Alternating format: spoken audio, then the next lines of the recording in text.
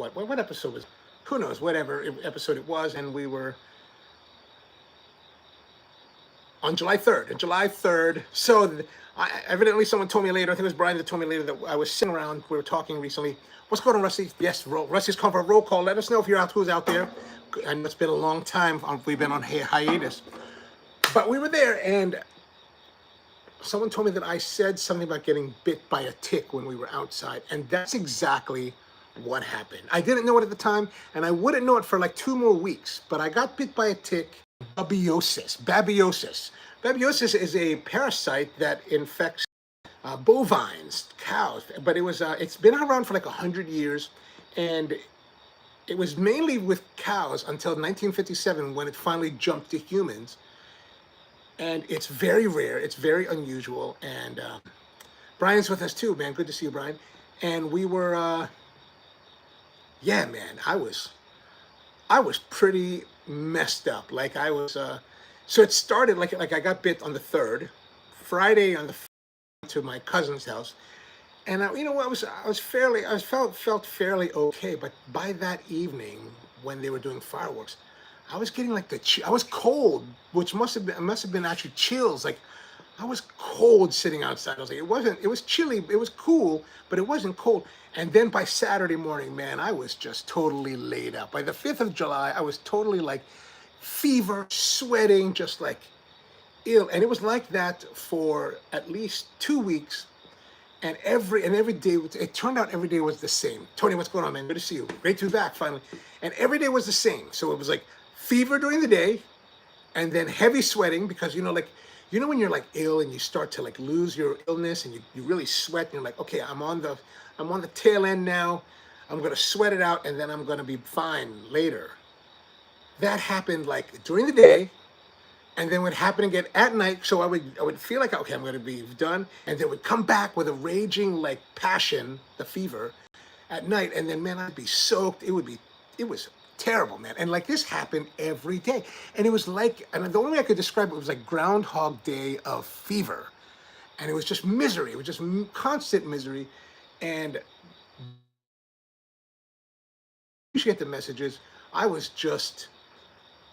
I had no bandwidth whatsoever. I was just like, some of them I would see and be like, I would like to respond. I'm like, I'm just so like effed up that I just couldn't like even like manage a response, right? And that happened for like a week and a half, right? George, how are you? Good to see you, man. Good to see you. And finally, it was like one of my uncles who's an internist, he was like, maybe, because I'm, you know, taking the Manjaro, right? The Manjaro for diabetes, of course. But my uncle was like, maybe you have a UTI, you should go see someone. You know, urinary tract infection. I was like, UTI? Guys don't get UTI. What kind of craziness is that? But I was like, all right, let's go. You know, I'm at this point, I'm like, okay, let's go. So we went to the urgent care center in Towson, like patient first. We went to another one in Timonium, and that was like sketch. Like, here's the thing. These outpatient clinics, these urgent care, man, some of them are truly sketch. Like, they don't even have a doctor. They're just like, yeah, we're here to help you. I said, really? Jesus, this place is like sketch. So we went over to the patient first, and that is like legit. Like, that's like really nice facility. They got all the facility. They got doctors. They got lab work. So we had a little bit of lab work done, and they were like, yeah, man, we think you should take doxycycline. So we were going to take that, and then like started taking another antibiotic, and then like that did, but nothing changed, right? It was still this fever for like almost another week, and I was just miserable. I was like, this is like, we need to go to the hospital. I was like, I need to go to the hospital now and be like, go to the emergency room. So I went to the emergency room, and they were like, it took them a while. You know, man, it takes forever to get in. You know, if you go to the emergency room, you really should be like, I'm having a heart attack. I got chest pain. I'm really tight. I feel like I'm gonna pass out. You know, that way they get you through faster. Otherwise, you're just kind of waiting. And even though it wasn't, I was like, is this busy? They're like, no, it's not too busy. But I was like, God, it still takes forever. I'm like, why does it take so long?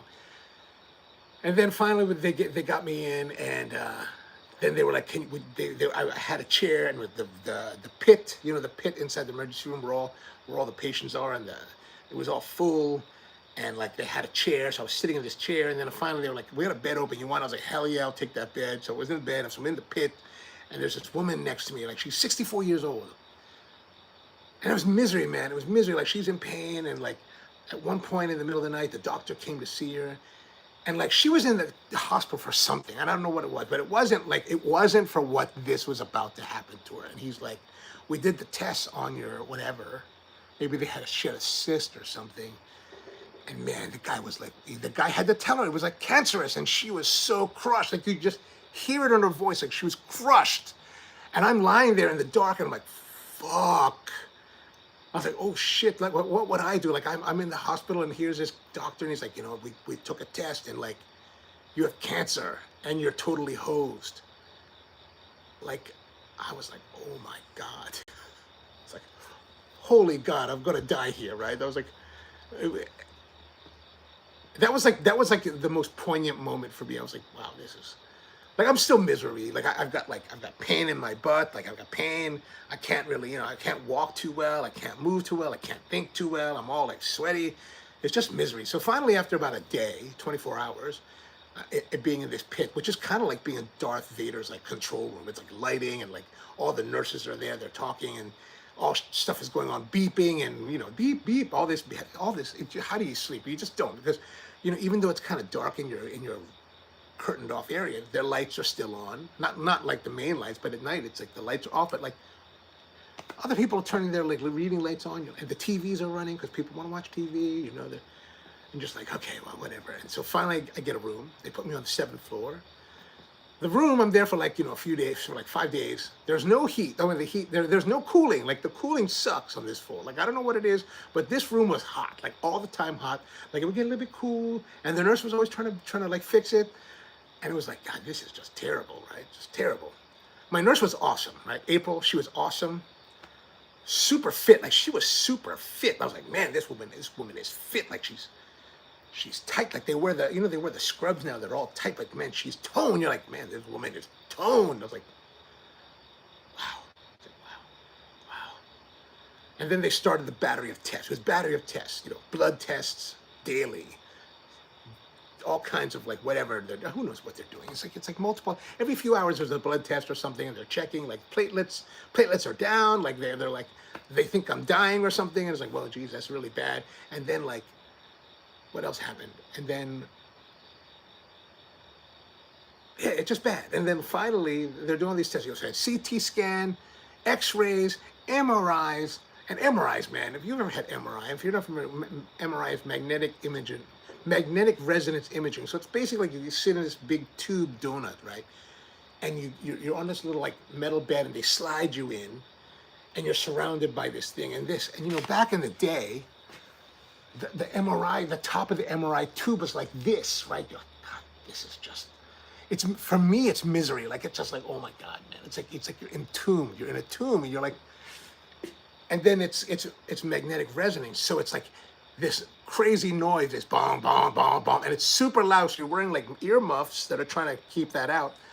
And as I was getting into the machine, the woman was like, the nurse, the technician, she was like, I was like, well, maybe one day they'll make a bigger machine. And she's like, actually, this is the newest one. This is bigger. There's actually more space. And I was like, really? So instead of having this much space, you have like this much space.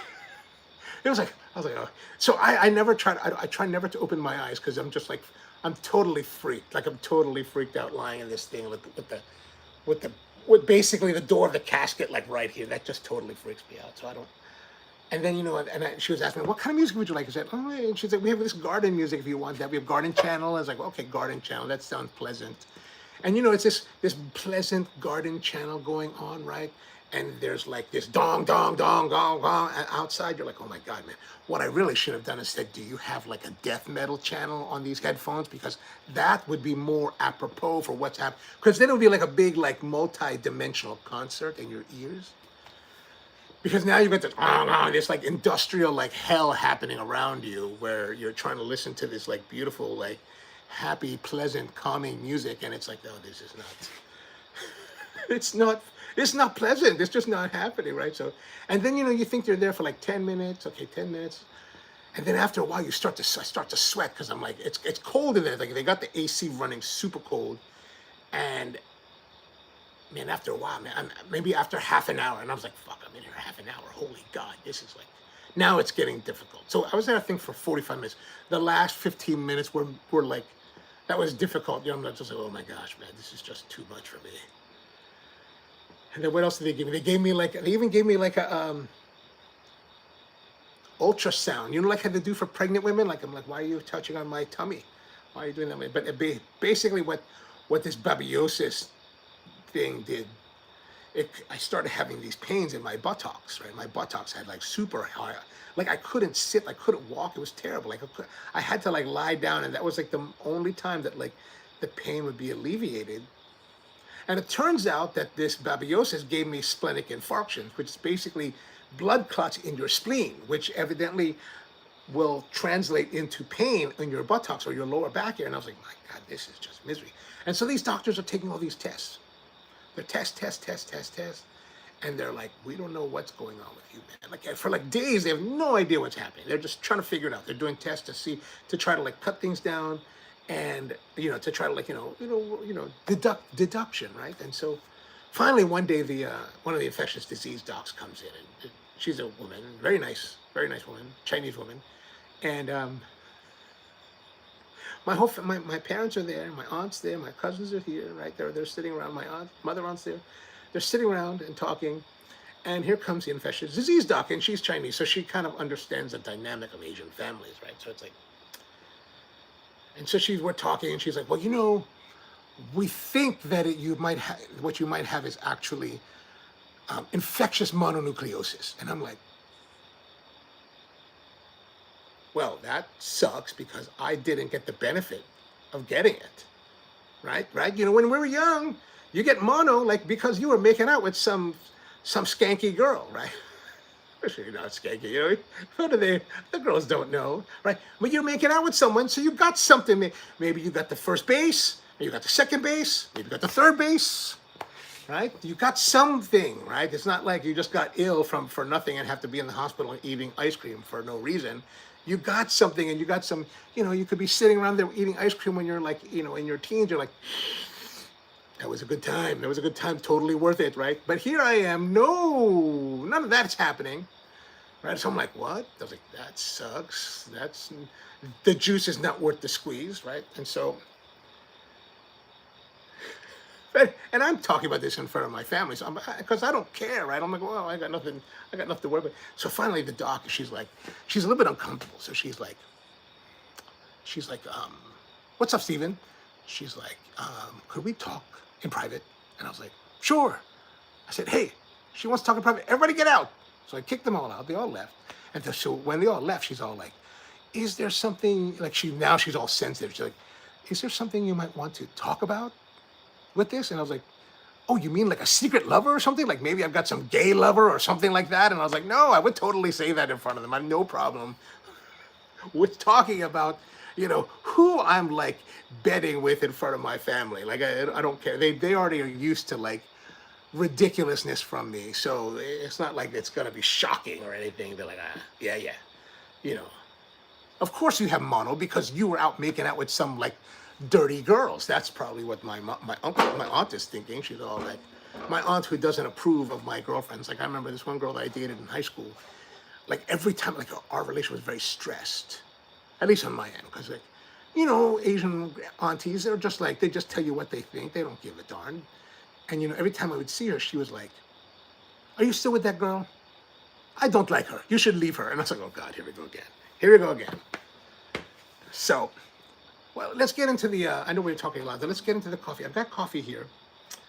And I put the ground coffee in a clever. This is the coffee I've been using on the morning show, the morning live stream, which we've been doing. There's a brewer out there by the OXO company called the Rapid Brewer. So we've been doing live streams every day, trying out different recipes for the Rapid Brewer. And I just thought that let's brew this coffee, not the Rapid Brewer, just like regular clever. So I have it, coarsely ground because we're going to immersion brew this thing. And what I'm going to do is I've got the hot water already in this Zojirushi thermal, which is a great. This is a great hack for when you want to make coffee on the road or something, and you don't want to do all the work. Like, all these people, they're measuring coffee, they're weighing it out, they're bringing scales, they're bringing grinders. Why would you do that? I hate that. I think that's so silly. I just think that's silly. This is so much easier. I'd rather have it all like easy to rock and roll so I don't have to make mess and like, what do I want to bring a kit with me? I don't want to bring a kit. So the nice thing about this, it has a little pouring spout, right? And the nice thing is cool is like you've got this little tab. Oh, we use this in the kitchens to hold like bechamel sauce or whatever sauce we wanted to pour, and it holds at a temperature for hours on it. The Zojirushi, man, they're just so good at this. So you do this, open it up, and then now we're just gonna pour it in here. I'm waiting now for the show timer to go 16 minutes. And then we're gonna pour it in. Okay, good. I'm gonna add more. We allow for the bloom. Now this coffee that I'm using is a coffee from Ethiopia. It is a grade 1 Yirgacheffe. And this coffee is actually a beautiful coffee, natural process, so there's kind of sometimes fruity notes. We've had like fruity notes, we've had jammy notes, we've had raisins, Cabernet Franc, a whole bunch of other stuff that, and oh, there's a nice, nice pleasant kind of fruit-like aroma coming from that. So we're gonna let that 16 minutes. So we're gonna let that stay here for till 19 minutes, 3 minutes steeping like this, and then we're gonna put it.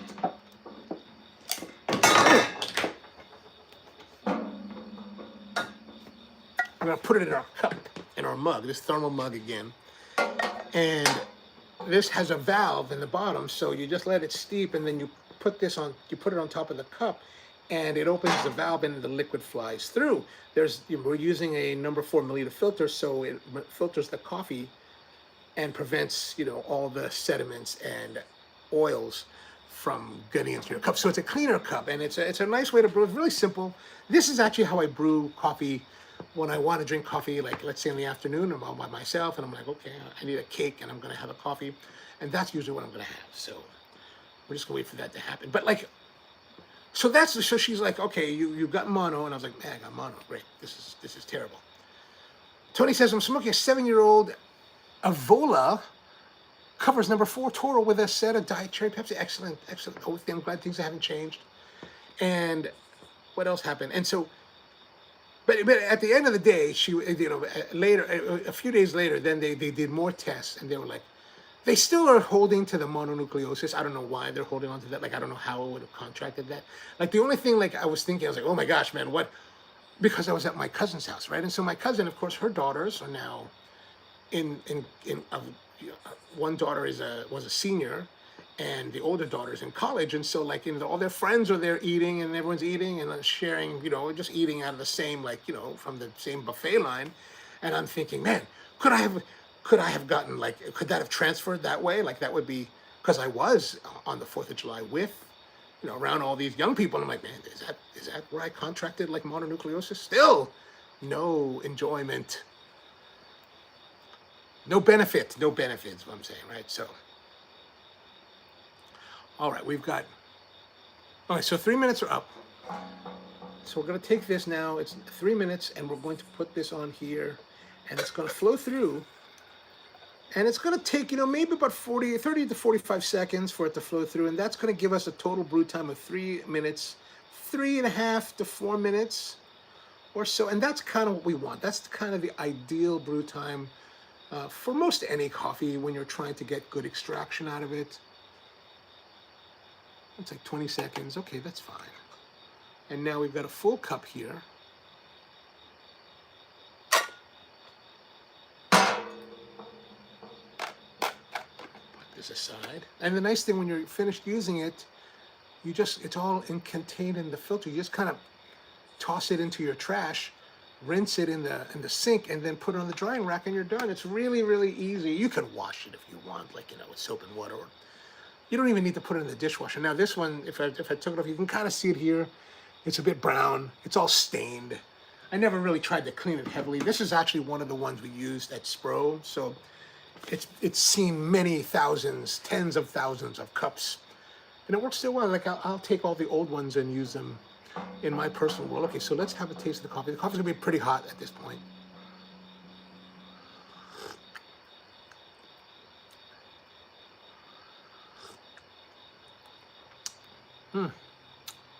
It's heavier.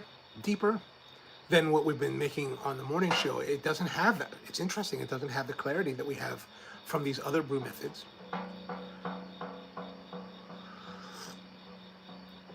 This resembles more of a traditional coffee, and that's really what it is. It's more of a traditional approach to making coffee, so it's not going to have some of the ephemeral kind of effects of the other brews.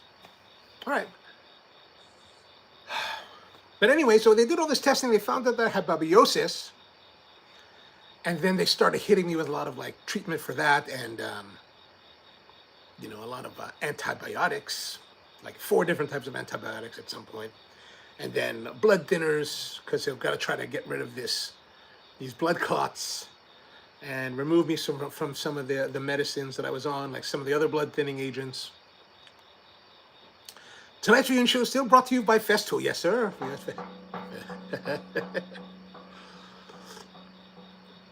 And what else happened after that? So that's pretty much it. And so like finally they gave me more treatment. I started, you know, losing the fever, and they released me, and I didn't really have fever after that because we finally were addressing what it really was, this babesiosis, right? This parasite we're really finally attacking it. Now, you know, things like doxycycline and all that, they're kind of like broadband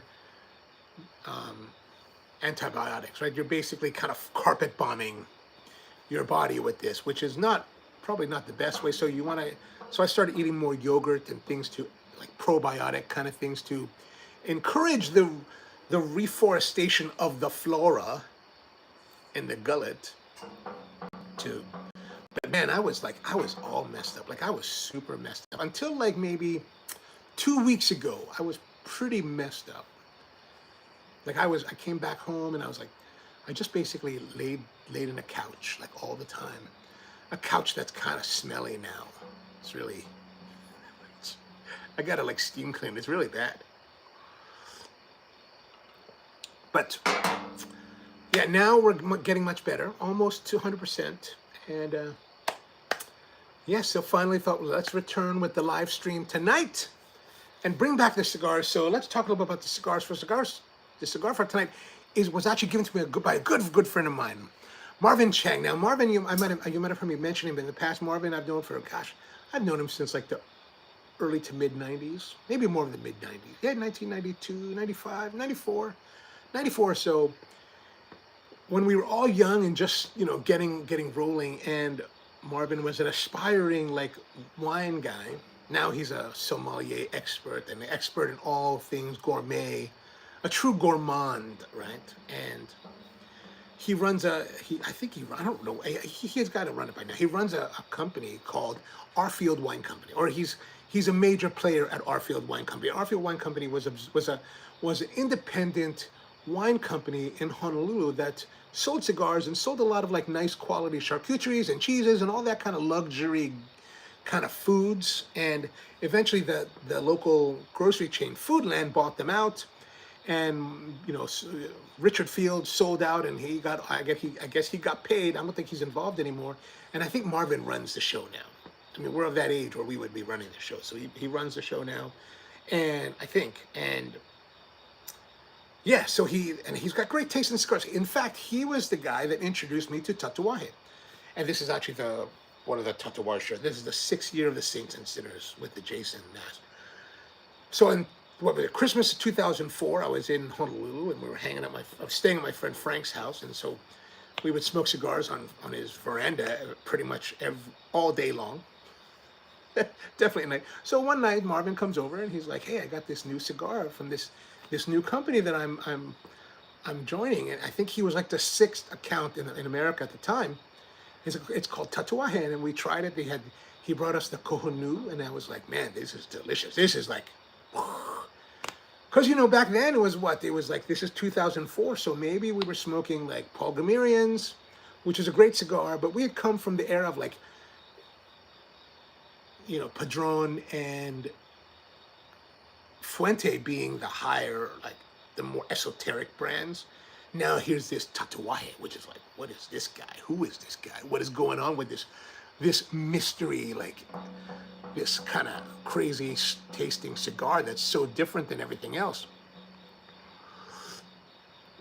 And yeah, that's kind of where it started. So Marvin's been Marvin's very well connected, and he's got impeccable taste, and so he's worked with a lot of his cigar providers, and this is not just limited to cigar providers. He's worked with other wine producers and and spirits producers to have exclusive lots of all of those made for his clientele in Hawaii.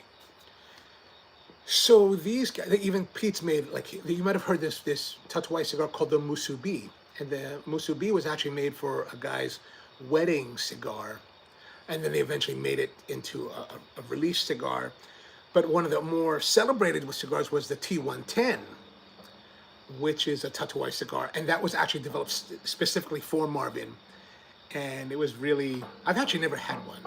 Marvin, if you're watching, I've never had one. Still have one. He was telling me a couple years back, he was like, maybe like 5-6 years, he was like, I have one for you. Still haven't got it, but I can wait. So he works with all kinds of cigar makers. And this year he's working with, I want to say Lee Majors, but that's totally wrong. And I don't know why, I can't remember his name. But he's working with the owner of Stolen Throne Cigars down in Virginia. But it turns out that Lee, the guy that owns Stolen Throne, what is his last name? I want to say Lee Majors. It's not Majors, it's Lee Marsh. He's originally from Baltimore. He's actually a Baltimore boy, right? So I was like, what? You're from Baltimore? Because he came up to, they had a booth or something at the Preakness. So they came to watch Preakness. Yeah, we met up after Preakness on that Saturday night at Tobacco Leaf, and everybody's all nicely dressed, and I'm just dressed like this. I was like, I don't go to Preakness. I might serve at the after parties, but I don't get to go. But he was like, hey man, I got this cigar for you. He gave me this cigar, and this is it. Got 2 cigars that he's working with Stolen Thrones that are being exclusively released in Hawaii. If you're interested in trying these, you'll have to call Arfield Wine Company in Honolulu and ask them, hey, do you guys have any more? Please send me some. I only have this one. And this is what's called the Ula. You can see here, Ula, U-L-A, with the Okina. This little apostrophe looking thing is actually what's called the Okina, a guttural stop. So it's kind of like Ula, right? Instead, not just Ula, but Ula, right? You have to give it a little bit of a heavier thing. And you'll see this kind of guttural stop, this Okina, in different words, in different Hawaiian words, especially if they're writing it correctly. Now, I don't really know how to get, the way that it looks, like you think of it apostrophe, right? Like with it's, like when you're contracting thing, it's actually reversed from that. It goes the other way. I don't know how to do that on a computer, so that's why it's the apostrophe and not the actual Okina. But it says here, Ula, 2025, Stolen Throne Cigars. Now, Ula in Hawaiian actually means red, so that's why red here. And, this is made, I don't know, by the Rojas Cigar Factory in Nicaragua. I don't know anything about this. I know nothing else about this. I was trying to look online to see, like, if there's any information. There's no information. Half Wheel, where are you, Half Wheel? You did not do a write-up on this cigar yet. Maybe it's not even released. I don't know. Or maybe it's about to be released. Who knows? A couple of the guys that I know, Chris Duque, he posted on his Instagram account, or maybe his Facebook account, I got a link to it down below, where he's like, oh, bro, this is fire, right? It's fire. I was like, oh, man, this is awesome. So there's a couple guys that have, like, posted about it, but I don't know if it's in release. I presume that it is. But it's kind of like a not Robusto, but maybe like short, I don't know, Grand Corona? I don't even know the size. I have no other information about the cigar than what I've told you, because there's nothing out there. I should have called Marvin, but, I hate to bother, Hey, man, can you tell me what your cigar is all about? I probably should. He gave me another one. There's another one called Kiawe, which is a wood. Huh, kind of good. Actually, this stuff here is koa wood from Hawaii. I've got a lot of koa wood around here. I've been buying a lot of koa wood as offcuts from the supplier, because they sell the offcuts for $5 a pound, which may seem like a lot when you're buying quite a bit, but it's way cheaper than paying $50 a board foot, which is astronomical. It's astronomical how much this stuff costs. Anyway, so let's get out of it here. Here it is. Oh, you know what I didn't get prepared? Let me go get it now.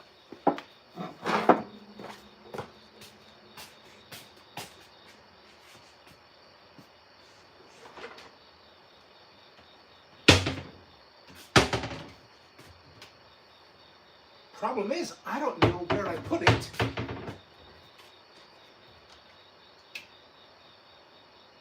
I put it out of the way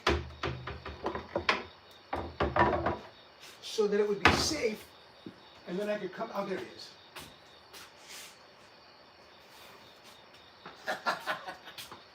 I'm looking for the score sheet.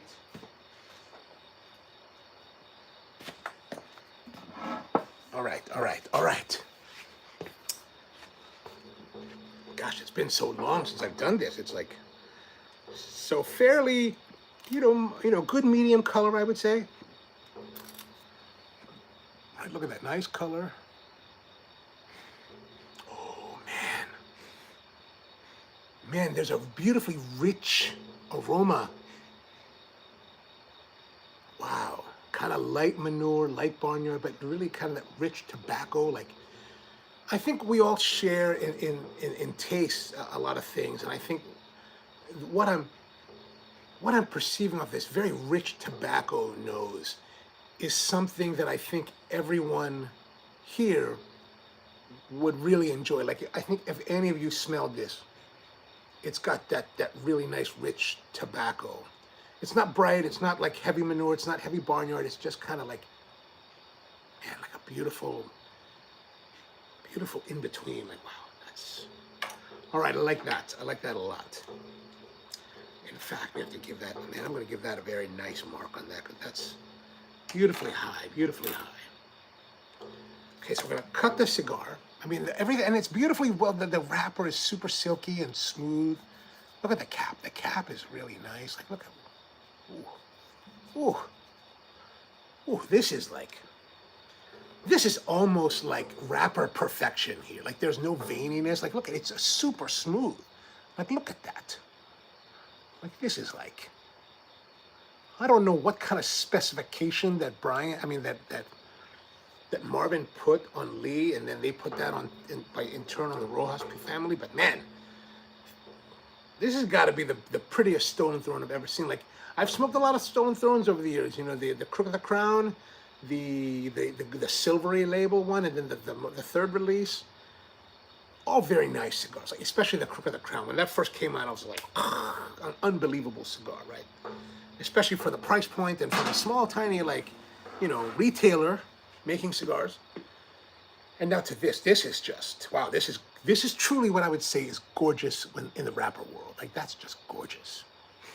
All right, let's cut it open.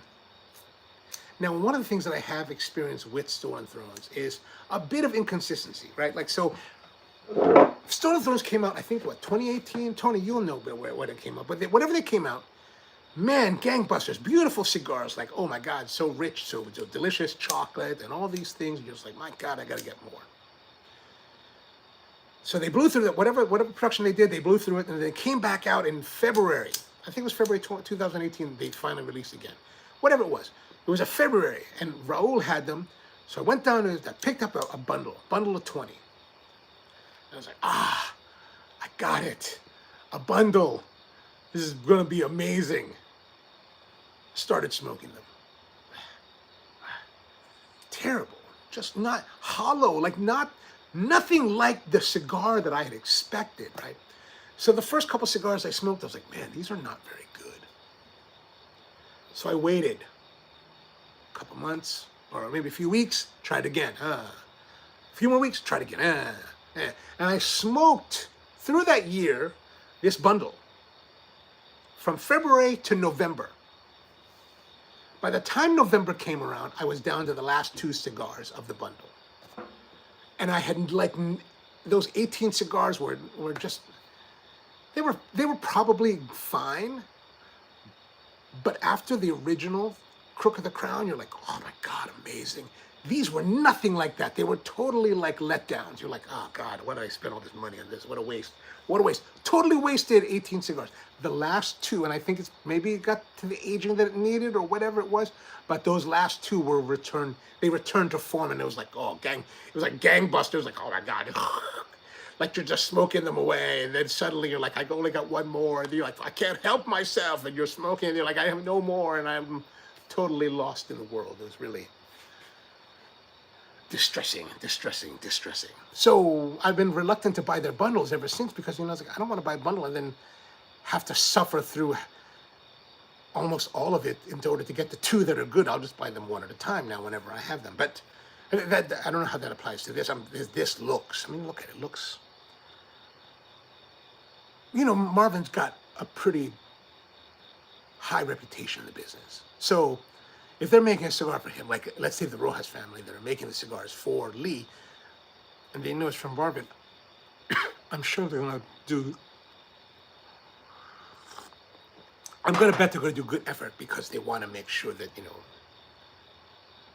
they do something. He knows, the guy knows. And his clientele in Hawaii, like the guys in Hawaii, when I hang out with them, like they talk about cigars like on a whole. Like Hawaii people are very strange in this respect. Like when they get into something, they really are into it, like on a technical level. Like when we used to play paintball, they were so deep, and I was so deep in with them. And whenever I go to Honolulu and I'm hanging out with the guys, they're so deep in the cigars. Like they can talk details about the cigar that I don't know anybody else that's not industry can talk about. It's like, wow, really, you guys know that?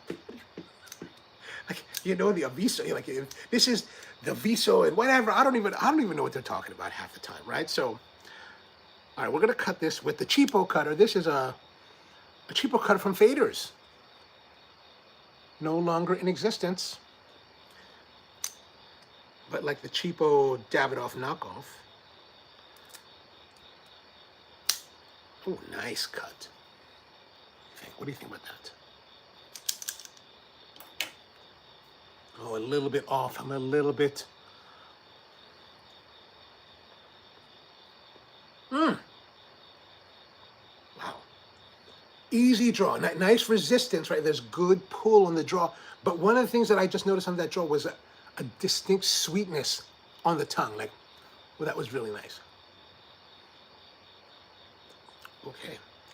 Okay. That is lovely. I'm gonna give that high marks too. I mean, really, fragrance and cold draw, man. This is like excellent level, and I think maybe 9. I'm gonna say 9. All right, now we're gonna move to our lighting. You know, and I'm sorry, but I haven't really been able to keep up very well with our comments. I know it's been a while. Mom's here. Good to see you, Bryant. How are you, man? Tony's with us, of course. Rusty, George, Shem is here. George 1. Man, so good to see all of you guys. I know it's been a long time.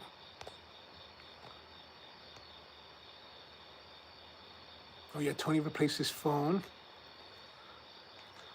George is asking, is this your first cigar since the Parasite? No, it is not my first cigar. I had my first cigar maybe a week or two ago. Oh, I met up with Bud and Brian to go to the range not this past Sunday, but the Sunday before. That was my first cigar. So I've had a few cigars since getting out, mainly because, and part of it was, you know, I didn't want to come and do the first cigar here because I wanted to make sure that I could still smoke and survive and at least identify flavors that are happening. And we got our little, what is this? This is a Vertigo.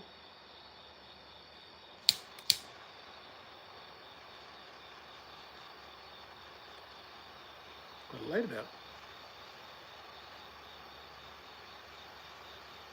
Roasty toasty.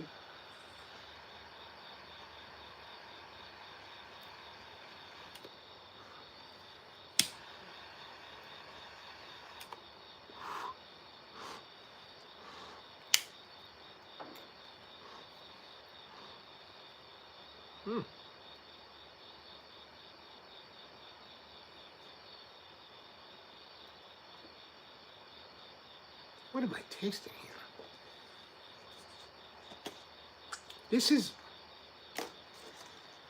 So we've had sweetness on the tongue for the cold draw. We've had like nice rich tobacco smell on the nose during the fragrance.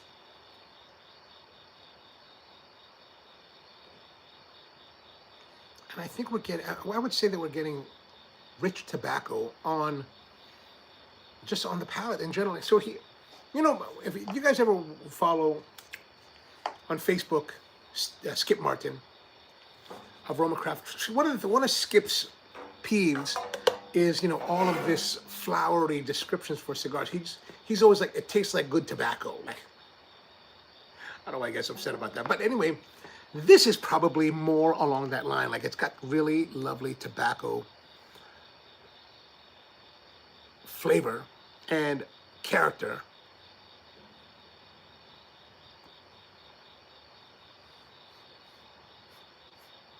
Man, it's just good. Tony says, I've been to the Stouffer's grocery store twice looking for your Rocky Mountain pretzels and could not find any. It was sad. I was going to bring you some. Oh, thank you very much, man. I just appreciate that. Actually, to be honest with you, I just re-upped my supply yesterday. I had what did I have to do? Yesterday, I had a meeting with a guy just outside of Lancaster, Pennsylvania. So I went up there. Then I went to go see another one of my clients at their cafe to see how they're doing. They just opened. There's a place called Chevrolet Cafe in Lancaster, Pennsylvania. If you get Lancaster, it's on 910 South Duke Street, and it's southern Lancaster. It's outside of downtown. It's kind of it's a rougher area, meaning that it's lower income, and mostly Latino. And this Puerto Rican woman, she wanted to open a Puerto Rican cafe, so she opens Puerto Rican cafe. It's gorgeous. Like when she called me a few weeks ago, she's like, "I'm opening a cafe," and I'm asking her about it. She's telling me, you know, we're catering to the local market and all this kind of stuff. And I was like, okay. And you know, since I've been to a lot of like cafes, or what they call in Spanish cafeterias, in, you know, the different Latin countries, you know, in Central America and, you know, Mexico, a lot of the ones for like the really, really local clientele are very, very simple operations, very humble kind of operations. So I'm thinking, okay, well, this is probably what she's building. And I was like, man, I hope she can afford, because my rate's not very low, right? And I was like, okay. And she's like, yeah, no problem. I was like, okay, cool. I'll come down, we'll work with your staff. And went down there. She built this beautiful cafe. Like it's really pretty, really well done. And you know, it turns out, you know, she's put some money into it, and it's really, the city's really excited about it. The mayor's really excited. The community's really excited. So when we did our training, you know, everyone's getting ready, and you know how it is whenever you're starting something, like a new job, for example, right? Like they give you training, and you think, okay, I'm fairly prepared. But you're never prepared, right? You're never prepared enough. Like, you don't know what it's like until you're in the crucible of fire, right? When you're being crushed, that's when you know whether you can survive. And one of the most important things I think that I was trying to teach to her staff was that there's going to be a time. I said to them, there's going to be a time when you're getting crushed, hopefully, right? Like some places just never pick up, and you're crushed because there's no customers. But if you're being crushed in your orders, right?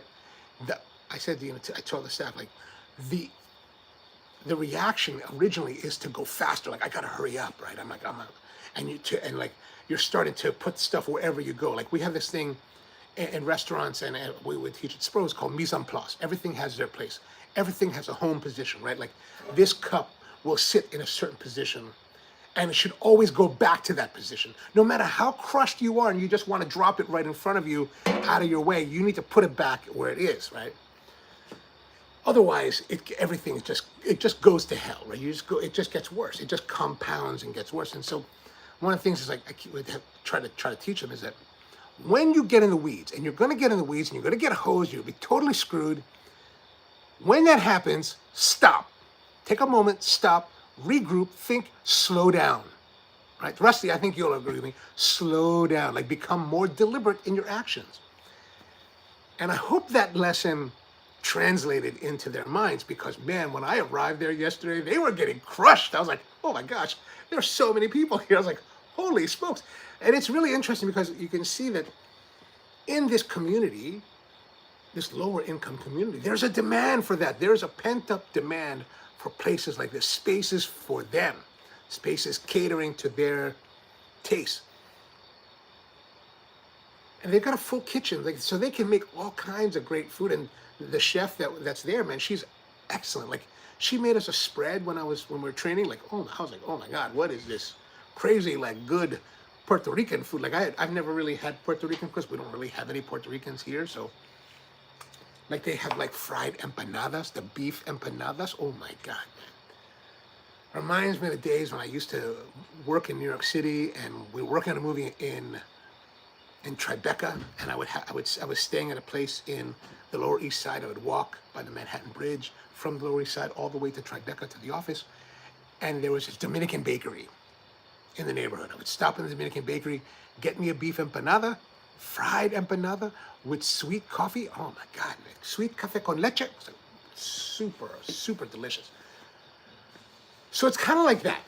Like they've got like fried empanadas. And if you look at my Instagram, I've got a couple items that I got the fried empanada, and then I also got the pastelita de Nutella, and which is basically kind of like phyllo dough shells. Kind of looks like, it looks like a beignet, right? But not the doughiness. It's got the phyllo dough shell, a lot of powdered sugar, and inside is Nutella, and it's like, oh, this is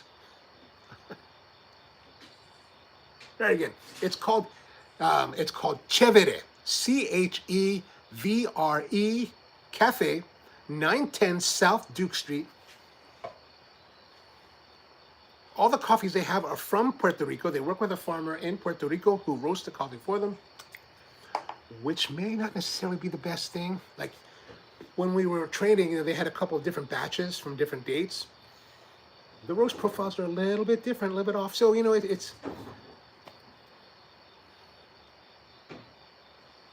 But I didn't delve too much into that because there's so much to learn, right? Like you don't want to tell people everything.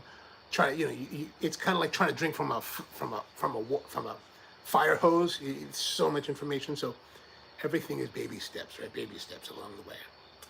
So this cigar, starting out, the burn is beautiful. Draw is beautiful. Like we have a lot of cigars where we've tasted and there's like these very distinct notes. This is not like that. This is just kind of a total melange, a total being of like beautiful tobacco. It's really just beautiful tobacco coming together in a perfect, in a kind of a perfect blend, maybe a perfect blend, right?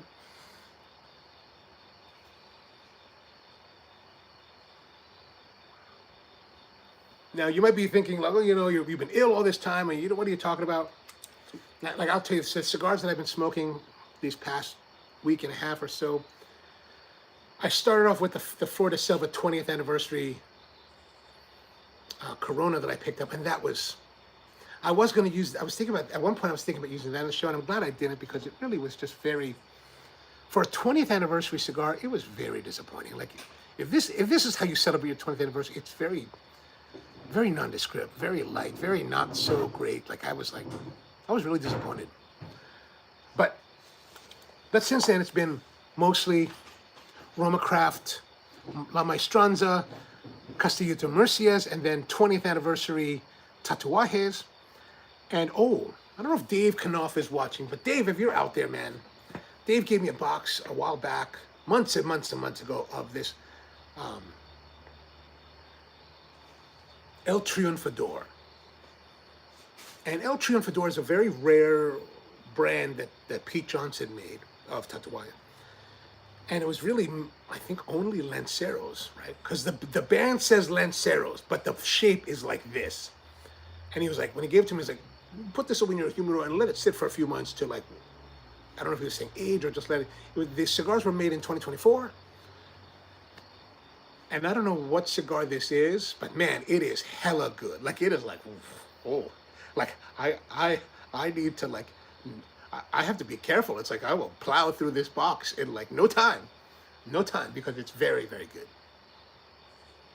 So that's what I've been smoking leading up to this. So it's not like I've been smoking, like, namby-pamby cigars. But man, this is like, like I said, there's not distinctly identifiable flavors. There's just this melange of like rich tobacco, good body, like it's like medium plus strength, like it's got good strength. It's not like, you know, the Roma Craft Neanderthal. It's not like that, like or like some of the other ones that from some of this that are, or like the one from Lito Gomez, like that. It's not like that. It's not that kind of strength and heavy, but it's got good strength, like medium plus strength. It's got, man, it's maybe the best way that I can relate this to, if you've had these Stolen Throne cigars and you've enjoyed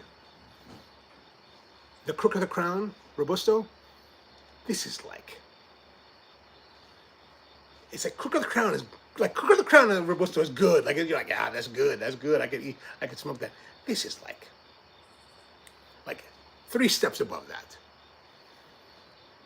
And quality-wise, like the Crook of the Crown, I remember the wrapper being, you know, the cigar is a great cigar, but the wrapper is rougher, darker, not as pretty. Like, this is just pretty. Look at that, pretty. It's like pretty. My God, I'm very much enjoying it.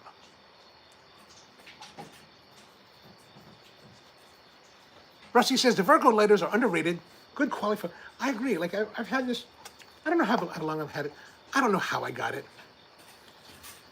But I've had it and I use it. I just keep it around, and they're great. They're great little lighters. You know, you don't need to. I don't know if you need to have the super fancy ones. I don't even know what the super fancy ones are anymore. And George says, agreed as with the jet line, I've got one pushing 4 years and costs around 50. Yeah, see, the jet lines are great. I think my my big phaser one is a jet line. Rusty said, I bought a jet line. I had a jet line years ago that I bought at a cigar store in upstate New York. Don't know what happened to it, but I have, maybe your wife took it. She probably has it with her on her trips. Was there any Istanbul Puerto Rican ladies? I mean, no, not when I was there. I mean, we're in the middle of the day, so like, everybody's a little bit older. Well, there's one girl. She was kind of cute.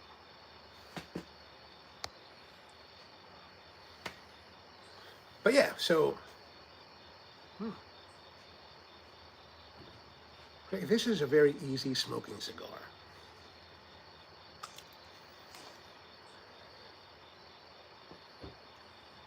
Like, I would like to smoke more of these. Brian says, Steve, I'll be sending you and Zach Triumphadors from 2013. So good. Oh my God, you don't have to light it.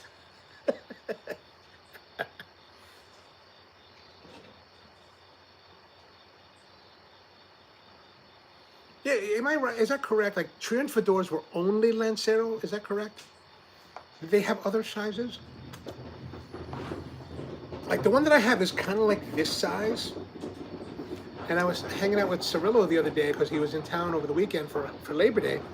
We were at our friend Trey's house for a big barbecue.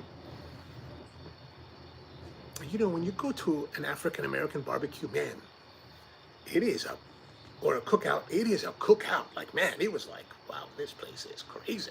Like, there's all these people, they got all these tents set up, I mean, and everybody's smoking cigars, and like, we're having a great time. And tequila table, and you're drinking tequila. I didn't drink too much. But like, you know, Trey's out there grilling, you're like, man, I hate to say it, there's my only real reference to that is like the cookout in Boys in the Hood. Like, it's like, hey, right on, where's the honeys? Where's the honeys? That's but you know, it's got the chicken and the brisket. Man, it was so good, so good.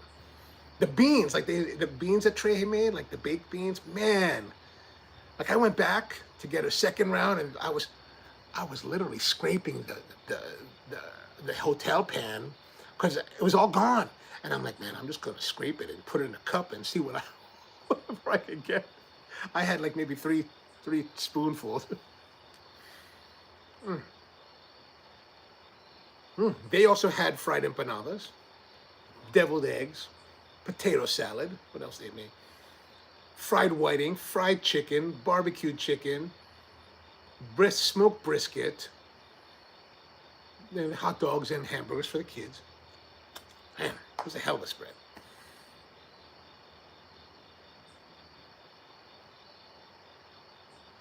Whew. Like, there's nothing not to like about this. Like, this is very solid. Now, this has been sitting in my humidor since, actually been sitting more in a bag in the humidor since since Preakness, so since May. So it's been there for like 3 months. I'm gonna tap it out now. There we go. And you know, I don't know if that changed anything. I didn't want to smoke it too soon after getting it because you know it had flown from Hawaii to here, or maybe it didn't fly from. Who knows? Who knows?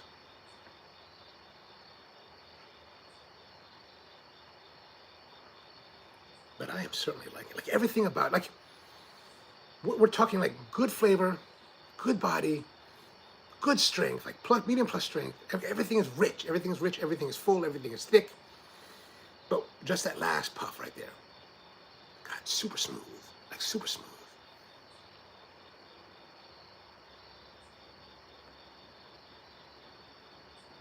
Wow, that's smooth. I might have to call Arfield after this. Hawaii, it is summertime, so Hawaii's 5 hours behind. So right now, it is 4 p.m. You'll probably still call and be like, they'll be like, aloha, Foodland. Like, can I have the Arfield Wine Company? Right on. And then they'll get a girl on the phone. Be, aloha, Arfield Wine Company. Like, oh, how are you, Auntie? I'm not Auntie. Sorry. I need to get a bell. Do you have any more of these Stolen Thrones? Oh, yeah. Maybe, who knows? They may say no.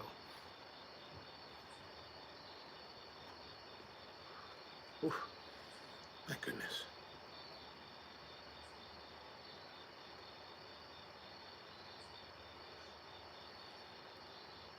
Oh, MSRP. I did see the MSRP on this. Oh, you know what? Maybe they are still available because when I was looking up, I came across the link to the website where they have the listing. And they don't really put any information on their website. They just have a link to buy it. Or maybe it's just a link for the price. I don't know if it's to buy or the price. I don't know what it was. $11. So fairly reasonable price, you know, cigar. Like, we were just talking about this over the weekend. Like, when it comes to cigars, like, if you get something that's over $13, you're like, oh man, it's got to be really good for that because you know but you know, there's so much cigars that are now over $13, but this is under 13.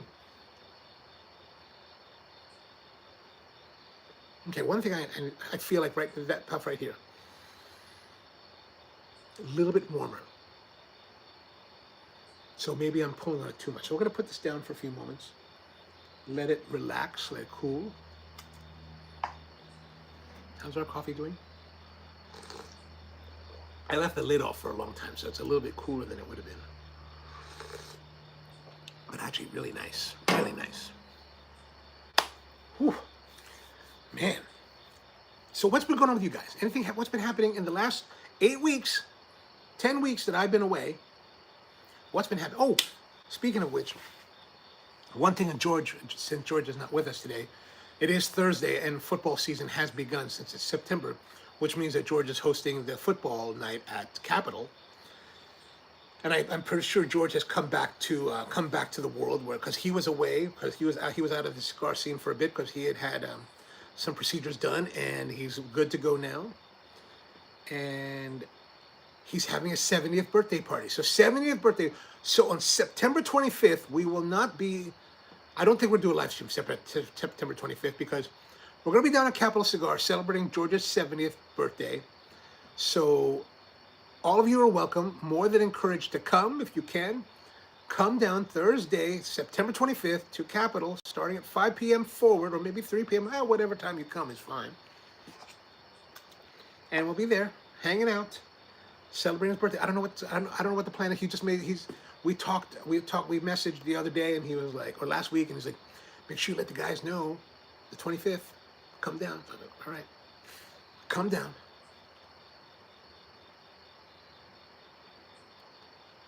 September 25th.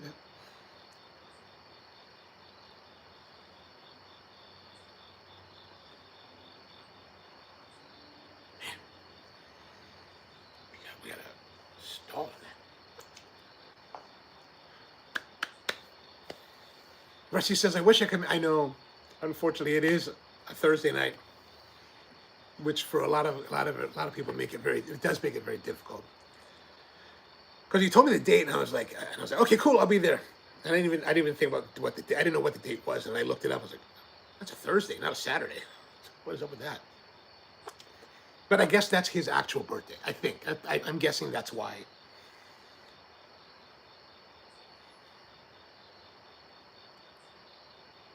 Oh, and evidently, Pete has made, I don't know if Pete sent him a special cigar or made him a cigar, something like that. There'll be a special Pete cigar there that day, or available to buy that day.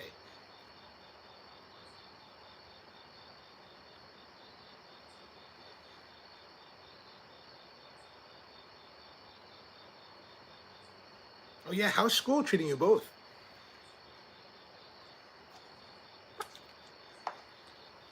Has it been good this year? My niece, who is a sophomore, I think. Yeah, she's a sophomore this year. I saw her the other day and I was like, so how's school going? She's like, it sucks. I was like, finally you've reached the point of like, school sucks. And then she was like, I'm taking driver's ed. I was like, you're taking driver's ed? What the?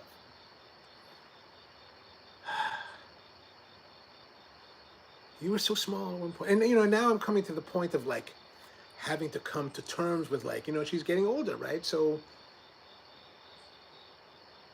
and I've, my other nieces have, gone through this as well. They've been fine. But, you always think like, you want to protect the kids, right? And like, you want to protect them from people like me, right? Like guys like me that are like lecherous and like hunting, right? They're on the hunt, you're like, oh God.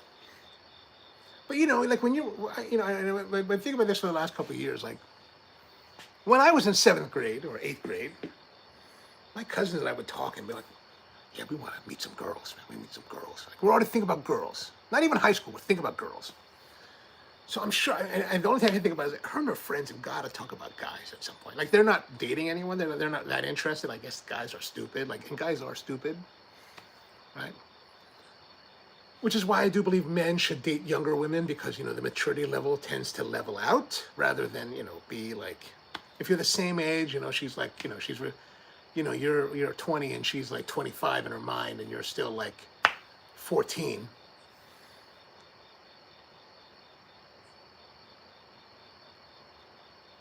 Wait, the only thing I've told her is like, I said to her, now that you're older, you're going out, hanging out with your friends, you need me at any time. You need to be picked up at any time. You just call. Just call. I'll come wherever you are. I'll come get you.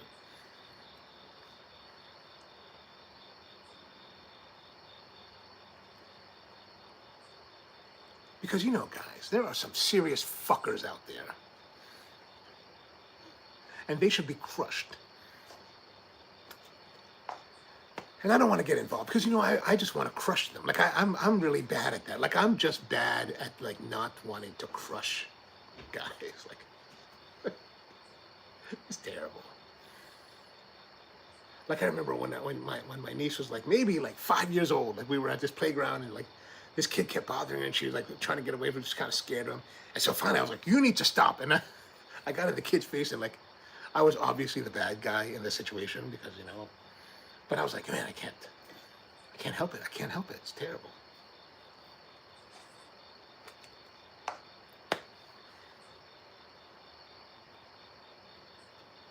But I've been getting back into things here in the workshop, in the garage, really the garage. And I know some of you out there, like Tony, doesn't like the idea of using voids and defects in wood in projects. Like, just hates it. I get it. Some people like clear. They only want clear. So I made a chair because I was like working on another version of this chair, right? And this one I think you'll like better, Tony. This one I used fully FAS cherry from Pennsylvania. So fully clear, no voids, no weird defects in it. It's not bad. I use 6/4 lumber, which is 1.5 inch lumber, so it's pretty thick overall. Thicker than the other chairs that I made. Because by the time I milled some of those other ones down, it's only like 37 millimeters. And it's like, okay, that's a little bit, I mean, it's fine, but like this is like, I think 40 millimeters. Which I kind of like. But my local sawyer he doesn't have a lot of 6/4 stuff. He's got a lot of 5/4, 4/4. Because basically, you know, he's all by himself. He's like all by him. He's older than me, and he's all by himself, and he's cutting down the trees, hauling them in his tractor, putting them on his sawmill, sawing it, hauling it by hand down to the kiln to put it in the kiln. And he's got a kiln that, when I look at it, I would think that if I was building a kiln, I would like design the access to the kiln in a way that would make it easier for me to load. But when I look at the kiln, like I haven't been inside it, but when I look at the door, I'm like, that looks like it's going to be difficult to load, like a lot. And he fills the kiln with like many, many, you know, board feet of lumber. I'm like, my God, man, that looks difficult. But he's a great guy, and local, right over here, like just a few miles away, which I really like. I like this whole idea of like local, like, you know, even when we were, you know, with our food and Spro and all that, with the kitchens, you know, it was always about like getting local ingredients, local eggs, local produce, right? I like that. As locals, we can make it. And I like this translation where we're using a lot of local woods, like, and I mean like hyper local, like the wood is coming from like 2 miles away. Whereas this cherry, though, I did get from Groff and Groff up in Quarryville, Pennsylvania. So that's Pennsylvania cherry, and I got some Pennsylvania woods here. So I like that idea of making locally sourced wood products.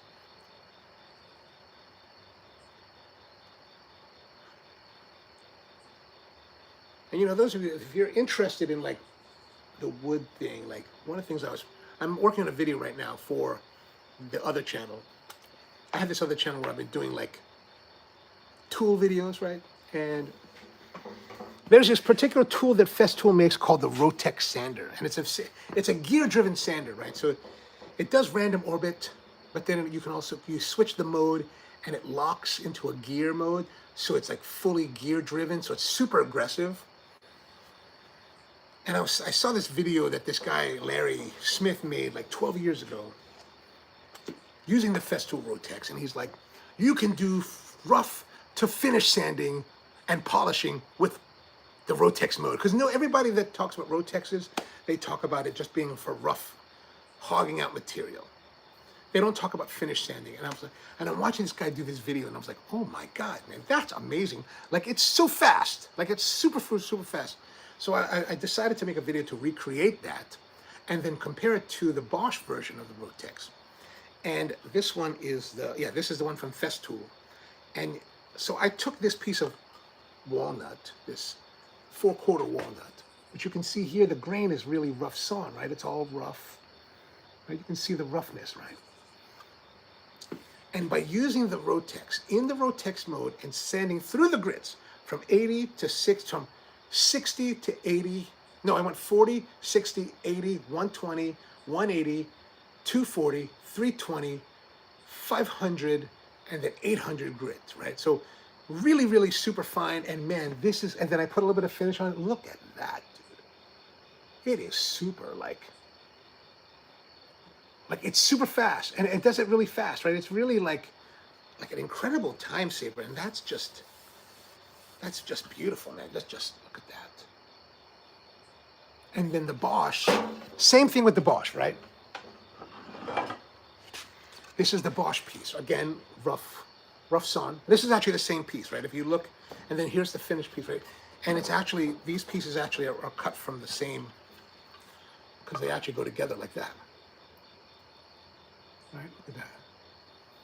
But this is the Festool, and this is the Bosch. And man, the finish is beautiful. Like, it's just almost, like, there's really no difference. Like, and the crazy thing is that the Festool version is $740.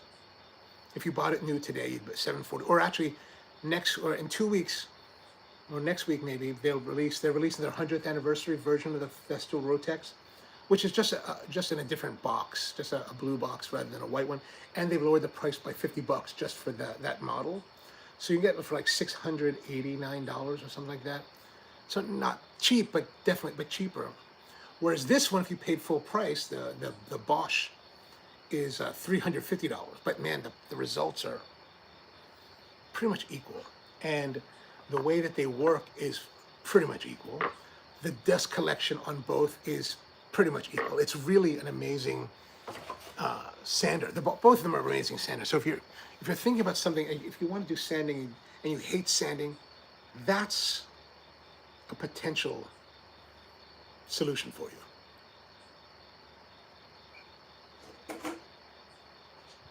So something to think about. So back to our cigar. Oh, we need to do some scoring on our cigar because we're pretty well through the second third. So first third, I mean, God, there's really, I have been so enjoying this. I mean, I'm going to have to say that the flavor is 9. Body 9, very medium plus.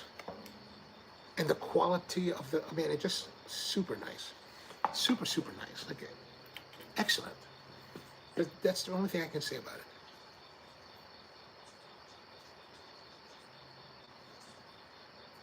Everything is just, the draw, everything is just beautiful. We had that one moment when maybe I was puffing on it too much, so we got a little bit of heat.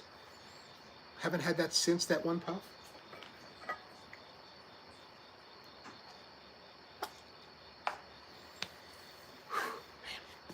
So yeah, that's kind of what I've been working on here.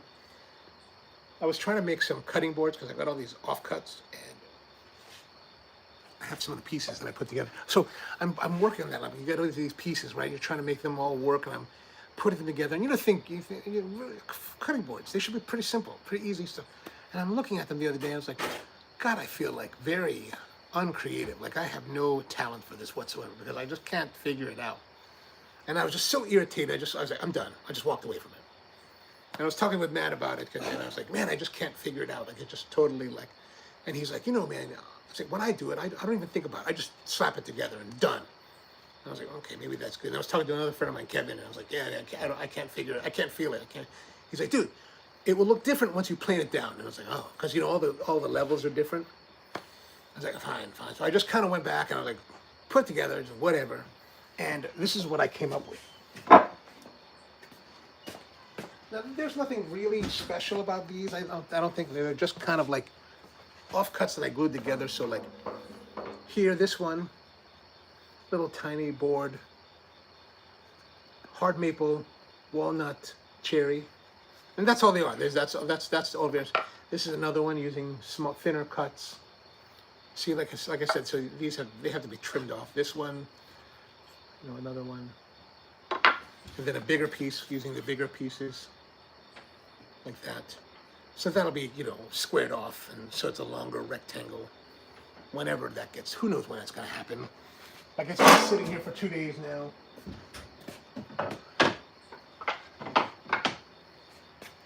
Now, another thing I've been thinking about is I was watching this guy. There's this guy, Japanese carpenter, I think it is. He's actually like a half American, half Japanese guy that lives in Japan. Has a Japanese girlfriend. He works as a carpenter in Japan, right? And he does big, like, houses and stuff. Like, it's pretty wild what he does. But he goes around to, like, different... Some of the videos that he does are, like, tool videos where he goes to different Japanese tool stores. And I was watching this one,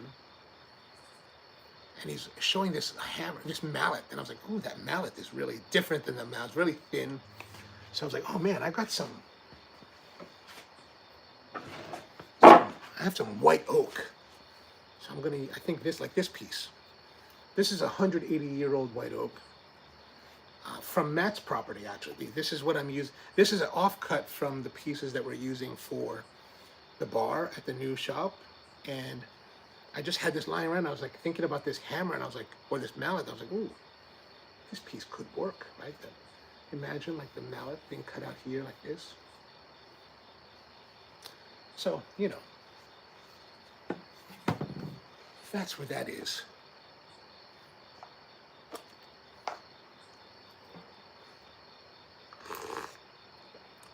So what else been going on with you guys? What's been happening? Let me know. I'm really interested to know. I think school looks like it's been doing well, right? George says, second week back, it's a work in progress. I'll start making predictions on this year once October arrives. Trying to remain... How much longer before retirement, really? I guess we should ask that, And Rusty says we're about to end our second week back. Still too early to tell, but remain. Oh, at least you both are optimistic still.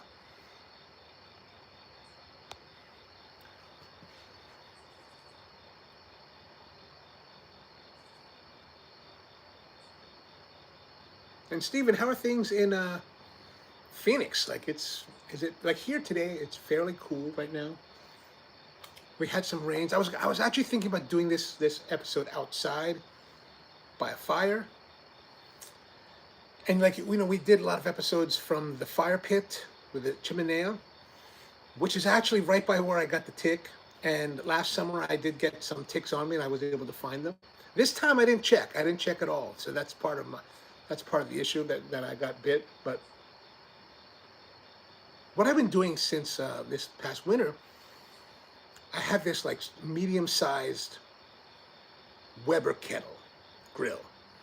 And I've been using that as a fire pit because I was like, I have this little shallow like steel fire pit that sits low, and then I do have an extra like metal stand, like a Delta stand for equipment. And I was thinking I'll put the bowl on the stand, but I didn't want to damage the paint on the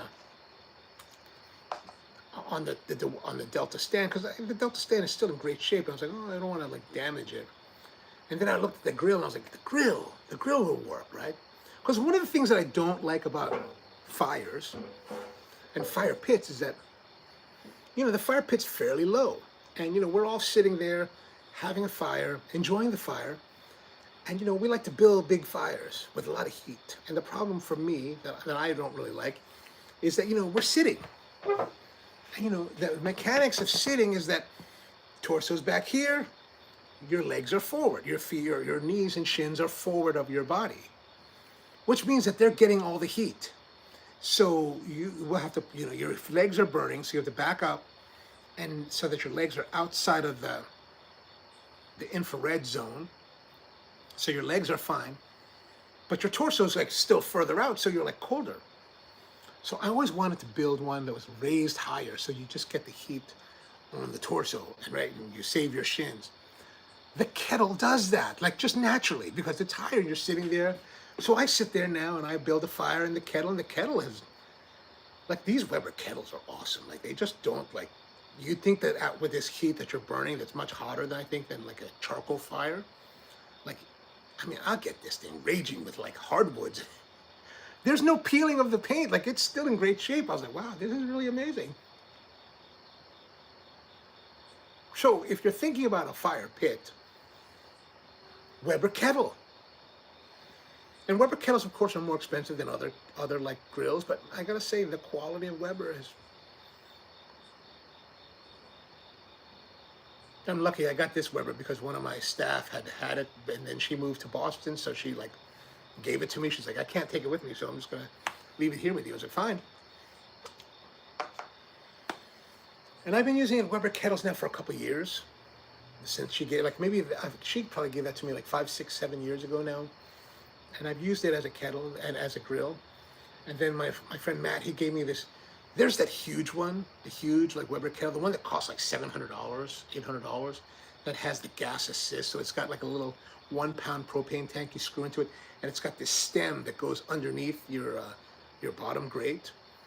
So instead of using like a charcoal lighter or like a fluid lighter or using a chimney lighter, you just pile your charcoal on top of this little port, and you turn the gas on, you ignite it. It has an igniter, but that's been burned out for a long time. So I just use a stick lighter, light the flame, and let it burn. And then once your charcoal is lit, you turn off the gas, and man, it's super easy. And the kettle is so huge. It's the one that's so large that you take the lid off and you slide it down because it's got a thing that just slides down like this. Man, I was like, it's expensive, but I think it's an awesome grill, like for charcoal. I'm gonna take the band off because we're starting to get to the burning of the band.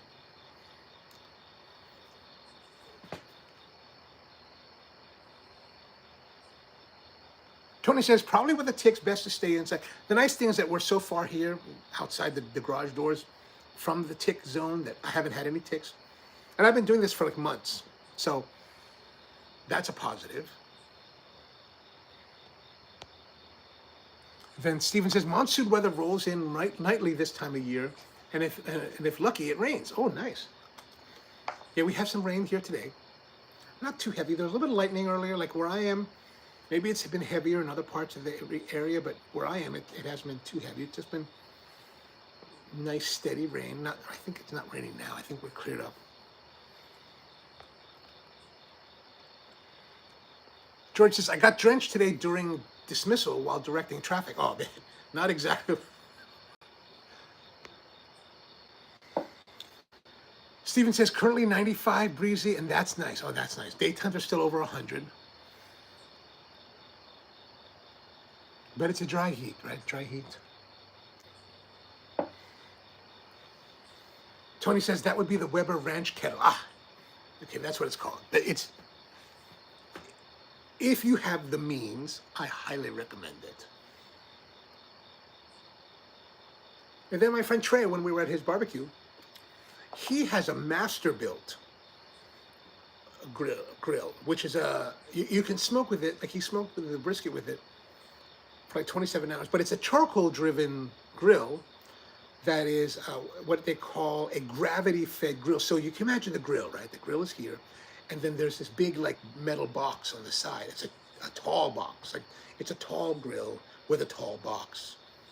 And you actually pile the charcoal in this box, and it burns in the box, and then there's a fan, I think, that blows it into the chamber. Kind of like how Tony has that auger-driven like pellet stove. It's similar in function, I think, to that, where everything burns to the side, and then depending on how much you're burning, how much airflow you allow into it to heat it up, determines how hot it will get in the chamber. And it works fairly well. Like both of those type of grills, I'm really surprised at how well they work.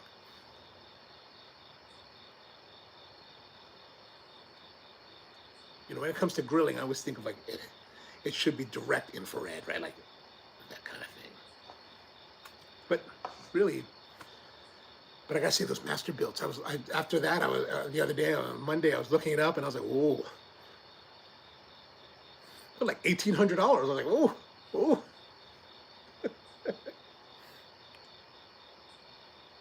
But it's interesting, the master built that Trey has, one of the bigger ones, grilling surface, fairly large, and then there's like 2 more levels. You're like, wow, he had all this like chicken piled on there, like just slowly roasting. I was like, my God, man, that's just awesome. And the way that he was slowly roasting the hot dogs, like I hate hot dogs. I hate them with a passion, right? I don't like hot dogs. But he's slowly roasting these things, and they're looking so beautifully like roasted, like they just look beautiful. I was like, man, I gotta have one. I gotta try it. I was not rewarded. Like, it's still a hot dog. It's still, you know, salty like badness. Preservative hell. But I had to try it. But speaking of hot dogs, though, the other week, last week I went up to Delaware, Newcastle, Delaware, which is just south of Wilmington, right? And I was looking for places to eat lunch, and I found this listing for a place called the Dog House, right on Route 40. And so I was like, okay, it's close to the Woodcraft where I'm going to, so let me go there and check it out. So I went there, and they griddle the dogs. They griddle on a griddle. They slice the dogs in half, so they split them like this, and they griddle them, and then they use this bread from Lucio's Bakery in Philadelphia, this nice soft like bun that you would normally use for like cheesesteaks. And they put sliced American cheese on it, and they put chili dog, or chili. And you know, chili dogs are messy craziness, right? Like you just put the chili on, you put the cheese sauce on, and you squeeze it together, and it's just getting everywhere. It's all over you. Your hands are dirty and everything. This is just like, I gotta say, man, it's like hot dog perfection. Like I've never had as good a hot dog ever. It's split open, so it's wider, slice of cheese, just the right amount of chili so that when you bite into it, it's not coming out. It's just proportionally beautiful. It's like just right. I was like, man. And then they have clean fries, like frozen fries, but clean. None of that like batter, none of that seasoning, nothing. It's just straight, thicker cut, not steak cut, but thicker cut, straight fries, frozen. Fine, perfect. The downside for me is they only serve Pepsi. I was like, Pepsi one then, please. I was like, if you had Coke with that phosphoric acid to get that burn, to clean that palate from the fatty goodness, that'll be even better. But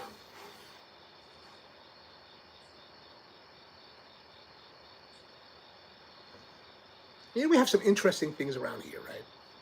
That I would like to check out. Like every time I drive up, like yesterday, I was driving up to Lancaster. The guy I had to meet was in Columbia, just outside of Columbia, so I'm driving by. And you know, whenever you drive on Route 30, you drive through Columbia, there's that big sign. The Turkey Hill Experience, right? Turkey Hill is a dairy company here. They sell milks and they sell ice creams. And I'm just like, every time I drive by, I'm like, man, I want to go check that. I want to go take the Turkey Hill Experience. Just never the time.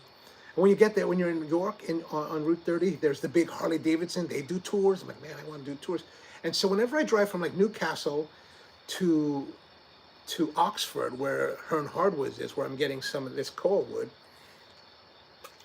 as we're getting closer to Route 1, in this one little town, is Herr's Potato Chips, the snack company, Herr's Snacks, right? And they've got a visitor center. I'm like, man, I need to go there too. Like, I want to go check out these places. And I'm like, man, they take the time to go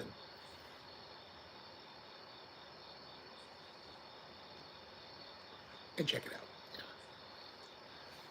That's what I think. So we got some cool places to visit. If you want to go visit, you want to do something for the day trip.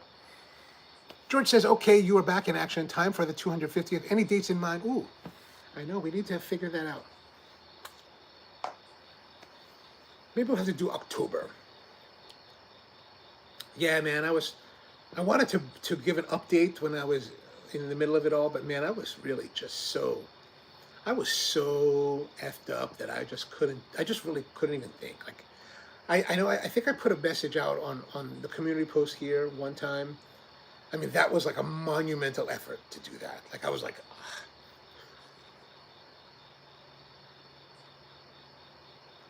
But I'm glad you're here. Like, I'm really glad and honored that you guys are here again with actually very little notice.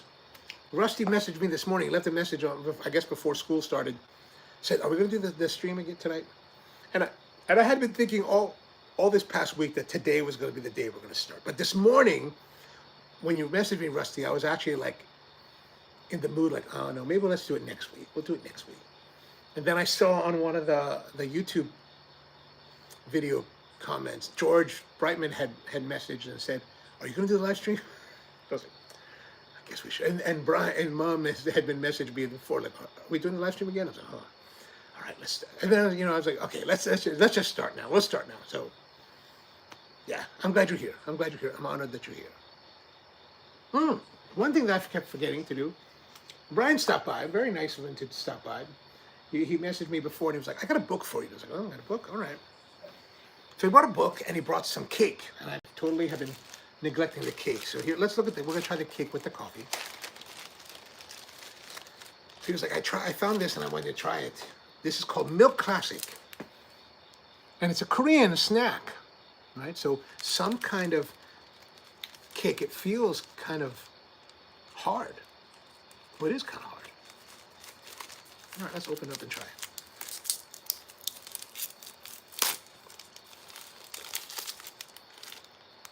Milk cake? Milk what?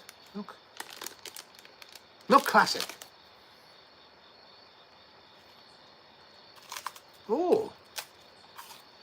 Oh, crispy and light. Imagine,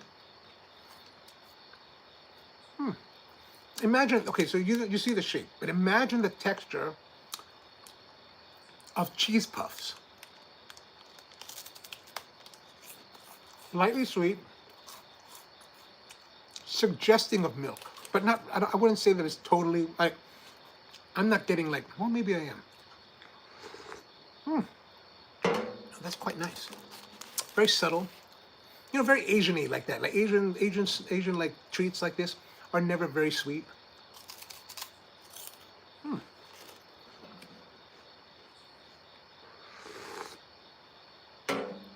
And just like cheese puffs, you know how cheese puffs, when you're eating them, they stick in your molars? Same thing. Oh, that's very nice. Thank you, Brian. And the book that Brian brought, it was interesting because he was telling me about it, and I was like, I didn't really understand what he was talking about before. And he comes by and he's like, man, here's the book. It's called Ingrained, and it's The Mastering of Craftsmen. And evidently it's a book about taking on a new adventure in whatever pursuit you're interested in and getting really deep into it. And he was like, well, it reminded me of you. And I was like, oh, really? I don't know if I'm honored or embarrassed now. But I was like, oh. And it's interesting because I listened to this podcast called Shop Talk Live. It's by the Fine Woodworking Magazine guys.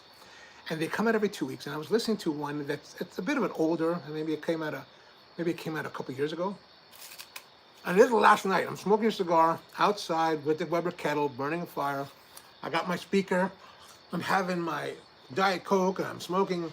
What am I smoking? I'm smoking a 20th anniversary Tatuaya. Thank you, Dave Kanoff. And I'm listening to this podcast, and they're talking about books. And they're talking about this book that this guy wrote that is about woodworking. And evidently, the guy that wrote it is not a woodworker. But like Mike Pekovich, who's like the editor of Fine Woodworking Magazine, he's like, the guy like encapsulates this craft, this journey of craft perfectly. And I was like, wow, really? That sounds awesome. Like, I need to check out that book. And here it is. And it's called Ingrained by Callum Robinson. And I was like, oh, when Brian brought it, I was like, wait a minute, this is the book that they were talking about in the podcast last night. So thank you, Brian. I appreciate it. I started reading it. I started reading it already. And in 1987, there's a band called Laibach, very like industrial band. Like you may or may not have heard about it. And evidently they made a song called Life is Life. And it's super like, I don't know, the best way to, it's like super industrial, like maybe like very totalitarian sounding. It's very like, life is life and dun, dun, dun, dun, dun. It's very wild. If you look it up on YouTube, Life is Life by Laibach, Laibach. And oh, my battery's dying. Hold on a second.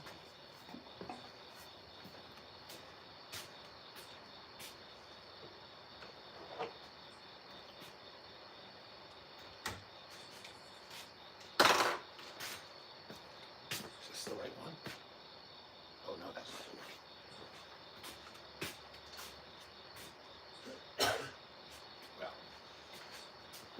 one. Well. Here's a little tip for you. This is a battery that I posted about on my Instagram for some reason back in early or like late January, June. This is Skill. Skill is a tool company, you know, a long-time tool company. You probably heard about them. And Lowe's at the time had a special on this battery for 30 bucks. And what I liked about this battery, like this one here that came on my other one, is that, you know, it has a USB connection built into it, right? This older version of it is USB-A. So you take your USB, you plug it in, and then you can use this cable and you can plug it into your phone, and voila, we're charging again. But the interesting thing is that it's got this connection. So when we lost power, like in May, my older nieces were here, and I was like, oh, here, just use the battery to charge your phone. And I think it's really handy. So when these came out, so in June, when these were on sale for 30 bucks, I was like, man, this is a hell of a deal. Like, you could totally have this, you know, even if you don't have the tools, it's a great, like, power bank for 30 bucks. And if you want to, you know, if you want to put on your tool, you can. Now, you might think that in this world, and why would you take this skill? Why would you bring this skill, this cheap? I got this for like 40 bucks on sale at Lowe's again. Why would you bring this into the Festool Palace? Because, you know, at Lowe's, they have these, you know, they set up these drills, Cobalt, Craftsman, DeWalt, and Skill, and they have it sitting out there, and you can play with them. And listen to this. Like, I was like, man, that's actually pretty nice. And it's a 12-volt drill. So I was like, you know what? It's 30 bucks or $35, 40 bucks, whatever it was. It's on sale. It comes with a battery and a charger. And I was like, let me try it. And I was like, you know, I'll just try it and play with it. There's this one, and they have an impact driver. And I was like, oh. But this is the only one this is the one that was on sale that day. And I was like, I'll buy that. And I've been using this as a small, like, lighter weight, lower powered drill. And it's been actually pretty darn awesome. Like, there's a light. Look at that. There's a light. So if you're looking for a drill that's you know, like the Craftsman, kind of janky, the Cobalt, kind of janky, But you listen to like you and the way at least the way that I think people test tools is and if it sounds good and feels good, it must be good. And this meets that criteria. Now these newer ones that were $30 actually are USB-C driven, so you can charge USB-C. You can also and connect. You can recharge it by USB-C, and you charge other things USB-C. And the interesting thing that I just discovered the other day was that when I've got my drill with the other battery, it has this shroud for the contacts, which is kind of a good idea. Like, oh, yeah, I'm like, okay, well, you have a shroud for the but I only had one battery, so I'm like, well, what am I going to do with this? I'm just going to keep it in the box. And as I was looking at it the other day, I was like, wait a minute. These guys are brilliant, right? This is not only a shroud to cover the contacts. Turns out that when you put it in and you look here, there's actually like a slot so you can put it on a hook like a hanger, like at the store, like on those hooks, like on there, the pegboard, you can hang it. So if you want to store your batteries, you can do that. Or it's drilled. So they have those things that you can buy at the store. You like your DeWalt battery, you screw it into like your shelf and you kind of slide it in there. You're like, oh, yeah, right. And there's a company from the UK that makes these, and I saw them at Paul B yesterday, and I was like, there's like maybe like 4 of them for like $25. You're like, oh, $25. Or you buy this and it comes free. I was like, oh, that's actually, these guys are brilliant, man. I'm like, God, these guys there's a lot of value that you're getting out of this. Now, I will say that this drill, while it is nice, like while this is a very nice drill, it's been very capable, doing a lot of what I will do. It is not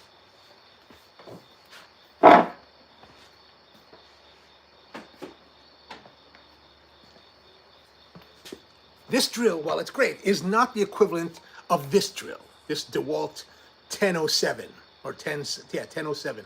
This is DeWalt's flagship drill, hammer, whatever. And I gotta say, it's pretty darn awesome. Like this thing is ridiculous. I don't know if I showed you guys this before, but this thing is ridiculous, right? 3 speeds, and like hammer, and it's got like a kickback stop. But it's also super heavy, and like if you really want to get the super power, you need like the power stack battery. I don't have any of those, but like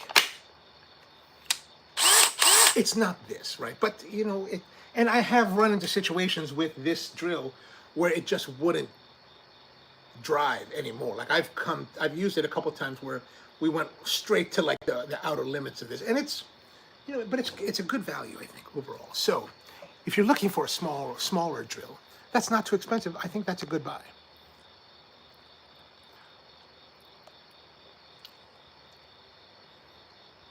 Let me go back here and see. Tony says, Rusty did a 10-hour fast-smoked brisket experiment, and it was money. Definitely beats 20 to 26 hours of normal smoking time. Uh-oh. I've been talking too long. Ooh, not too nice. So we're going to do our relight, the Cirillo style, around the edge, around the outside, around the outside.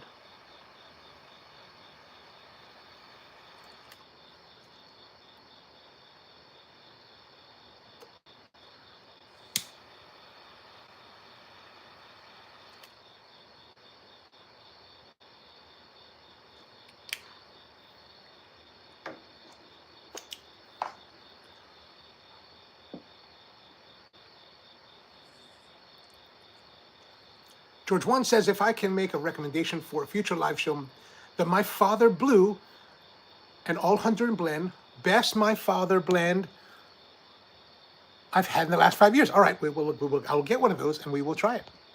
George Whiteman was with us. What's going on, man? You are so right, George 1. I'm smoking one right now. With My Father team and KC from Tatuai. Nice. Snake preview of the 25th. Okay, there it is. Is that going to be the cigar of the evening? Sorry for being so late, but it's crazy crowded here, and we keep interrupting the game to pull raffle.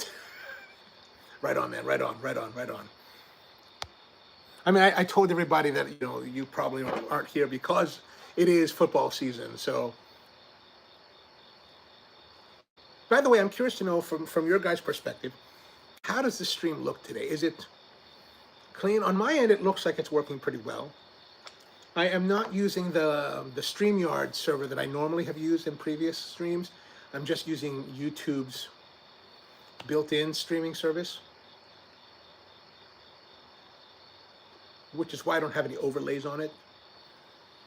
But if this looks good, then I'm pleased to go this way.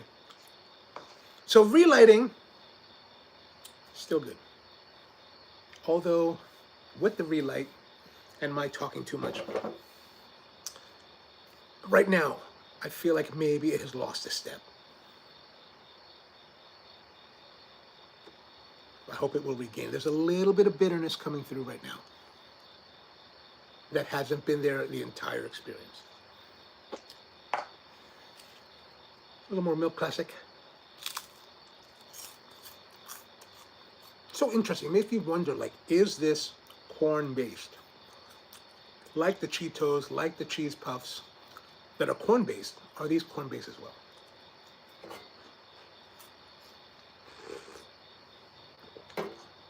And with the coffee, fairly good. Fairly good.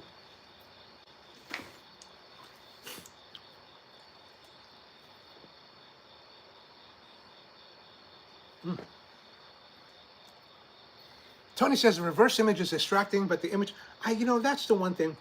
That is the one thing that does bother me about the YouTube live streaming, is that if I was to use the normal camera, the one on the back side of the phone, of course, perfectly oriented.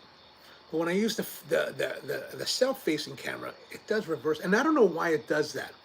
Like, I've talked to some people about it, and they were like, well, just make your settings so it's not reversed in your phone, and the phone is set up that way to record. So when I record video using this camera, it actually records normally. And yeah, sorry, that is the one thing that I hate the most about it.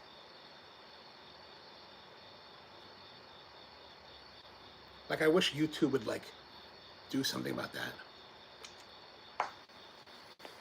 But I guess all the shorts guys don't mind.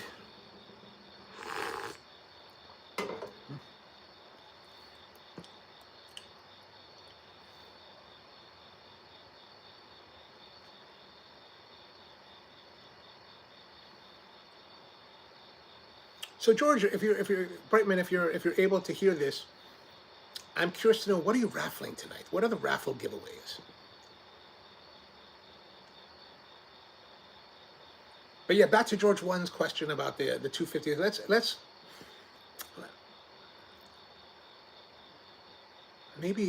Let's consider maybe into October. I don't want us to get to it in November, because November gets a little bit more difficult, because I know everyone's got family issues and commitments for that as we get closer to Thanksgiving.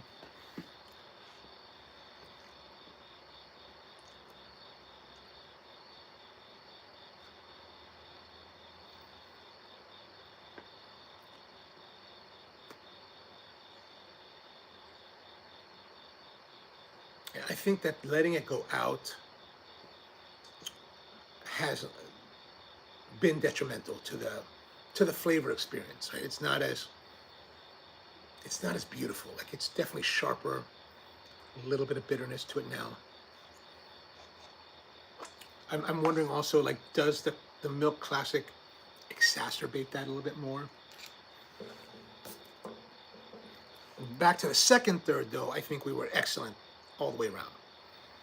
But now we had this little bit of a challenge. Hopefully there'll be some time for it to balance itself out. That's my fault, a lot of it is, because I did let it go out, so.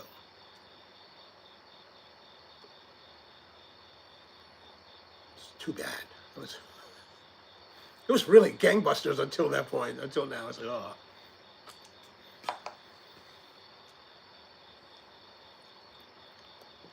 So what do you guys plans for the weekend? Anything interesting going on? My aunt's birthday is on Saturday, so we're having not a party, but just like a little gathering for her.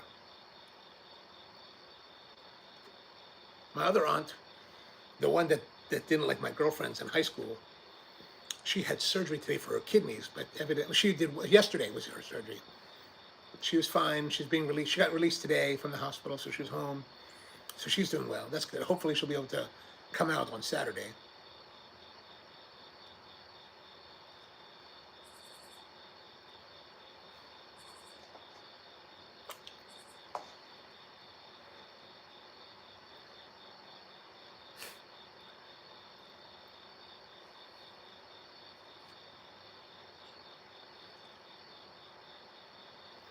But yeah, yeah. And what else have I smoked? Anything interesting? I haven't really. That was been it. I haven't really smoked a lot of variety. It's just been 20th anniversary Tatuaje, the Trinfador from Tatuaje, and mainly the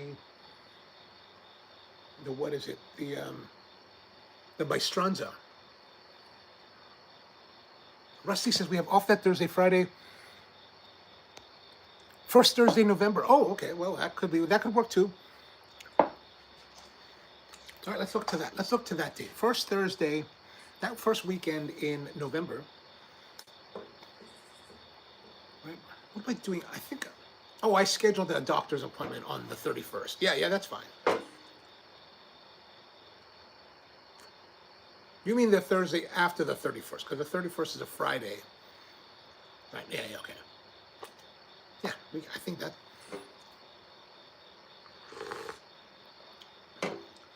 that will be a-okay with me that weekend.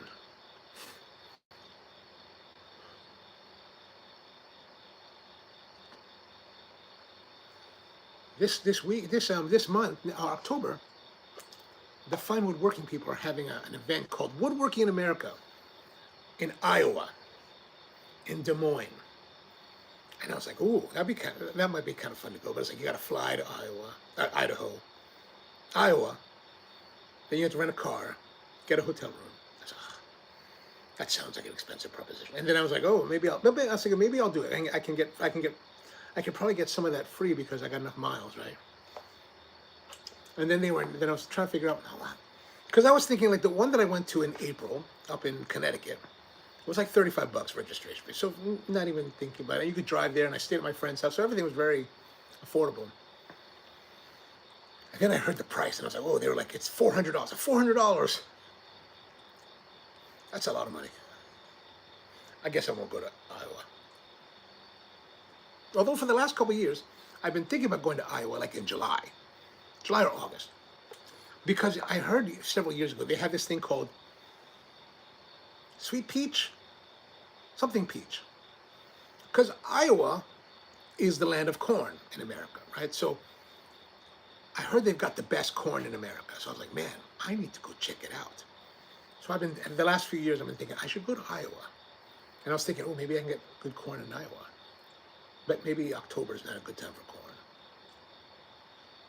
But yesterday when I was driving around, like I said, I was up in Lancaster, and I went over to Oxford. So I'm cutting across the state of Pennsylvania. And as you're driving, you see all these like farm signs, fresh produce, eggs, chickens. And I wanted watermelon. So I was like, I kept passing them, and I was like, I don't feel like going back. So then I saw this one place. It's in the middle of nowhere. Watermelons. I stopped. Get out. It's this Amish lady. Well, girl. She's kind of young. And they have all these like pallets filled of like watermelons. I'm looking at this watermelon. She's like, oh, don't take those because those have already been counted for delivery to clients. I said, okay, no problem. She's like, over there we have the ones for sale. I said, all right. They have two different types of watermelons. And then she's like, I was like, well, what? So there's two different types. One is really dark, the dark round ones, and then the regular longer ones that are kind of striped. And I said, what are these? And she's like, those are called Dark Knights. And I was like, oh, like Batman. Little joke, right? I guess the Amish don't watch movies. I guess I should know this, right? Because they drive in buggies. But I'm like, oh yeah, like Batman, right? And her reaction was like totally like flat, like doesn't understand what I'm talking about. So I was like, oh, okay, never mind. I was like, never mind. But we're talking about how to select a good watermelon. And she's like, I said, what about the butt? I hear the butts. Like I read somewhere that the thinner the butt, the little pucker, the better, the sweeter. And she's like, I don't know about that, but we listen by sound. And we're tapping them. And I was like, well, what is this?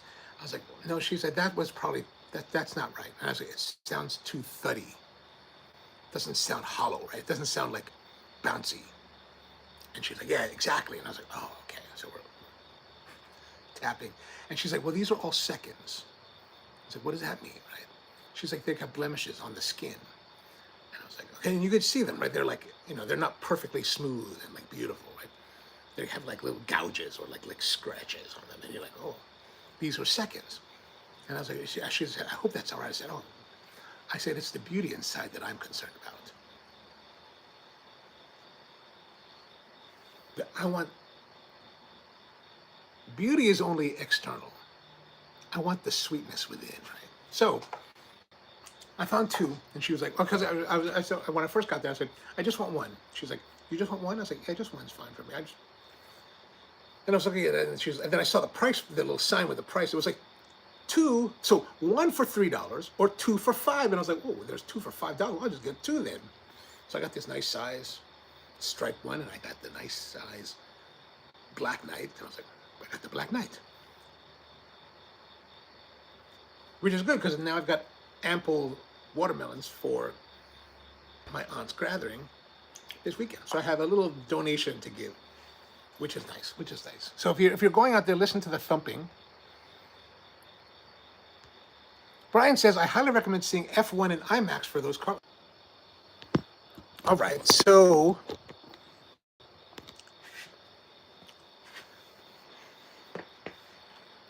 let me know if you're still with me. I guess I totally did not realize that the other battery was actually dead.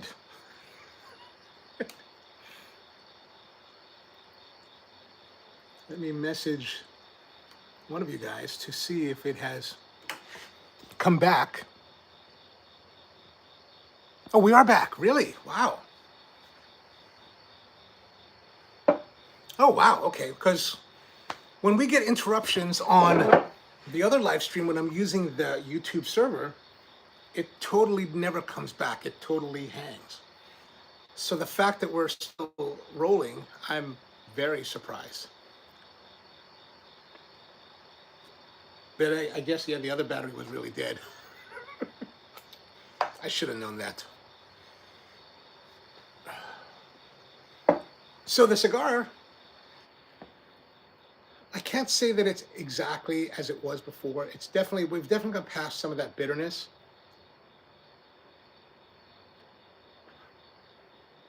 Yeah, actually, we're definitely past that bitterness, that off flavor.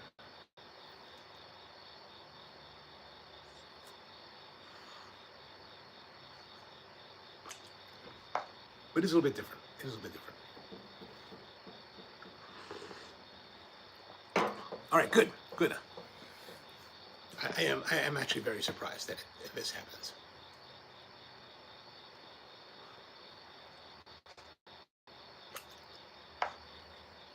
So now we're in September,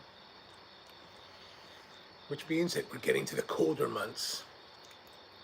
I'm not a fan of colder months.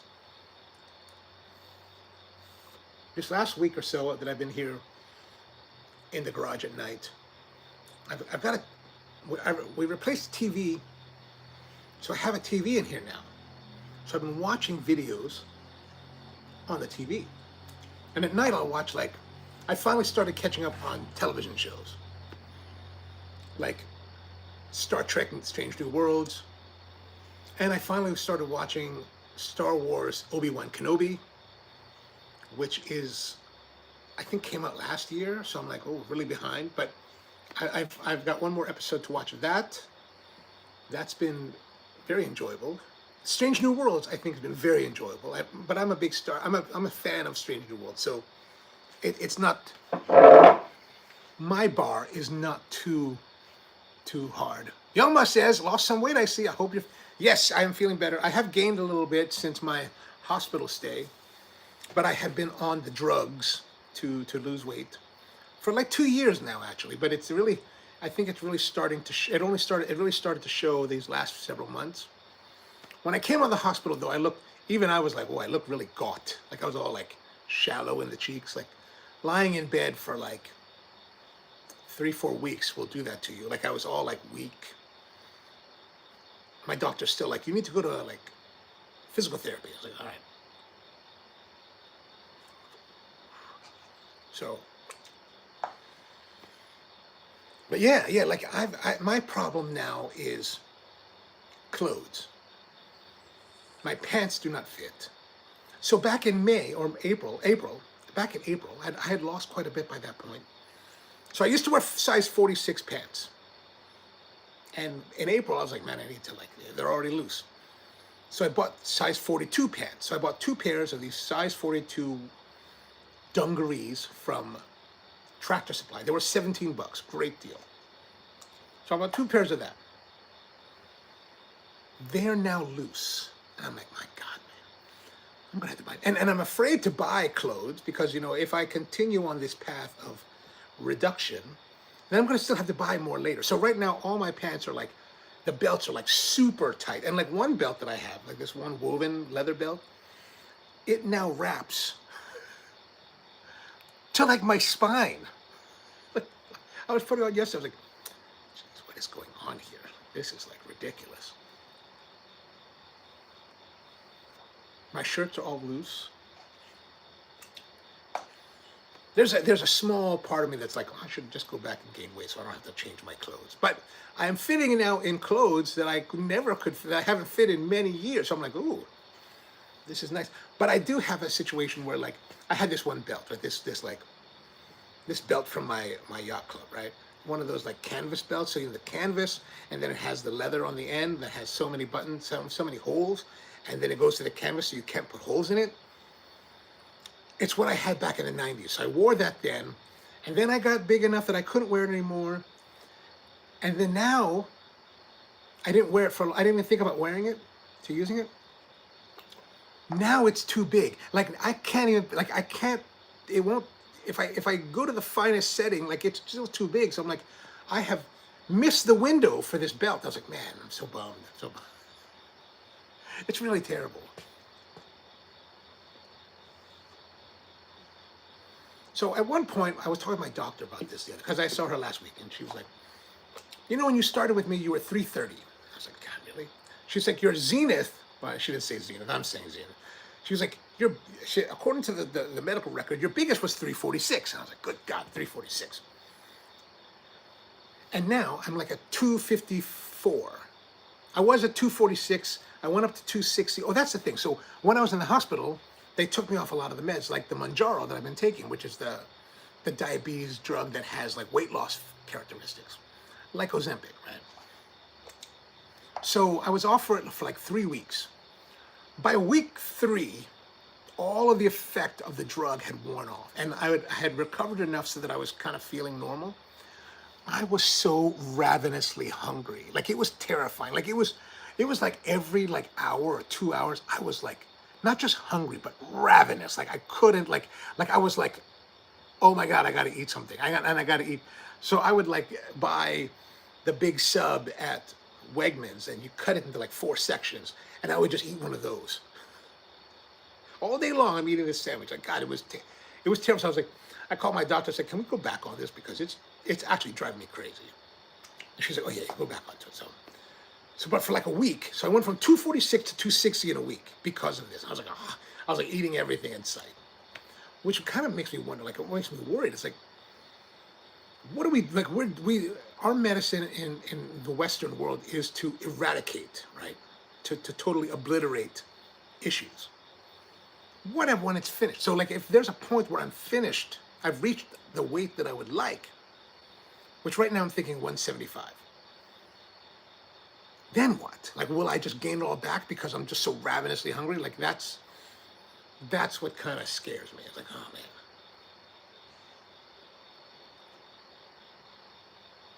So, but yeah, the hunger was just so, like, intense. Like, it was intense. But it did take a long time. Like, I met this one guy at the cookout. He's only been on it for, like, 6 weeks. And he's lost a tremendous amount of weight, like incredible amounts. I was like, God, really? You lost that much? but I'm really bad at it, right? I've had this like attitude that, yeah, I've changed the way I eat a lot of vegetables and eat smaller portions and all that. But if I want to go and have like a cake, I'm going to eat the cake. If I want to have ice cream, I'm going to get the ice cream. And if it's 3 days in a row, I don't care. I'll still have it. So my weight loss has not been as dramatic as some people. But I wonder if that's maybe better because it's not. But then again, when you get off of it, it's like horrific. Well, I'm glad you noticed. Thank you, young man. How is the fishing life, man? How you been doing? We haven't seen you in a while. I'm glad to see you back.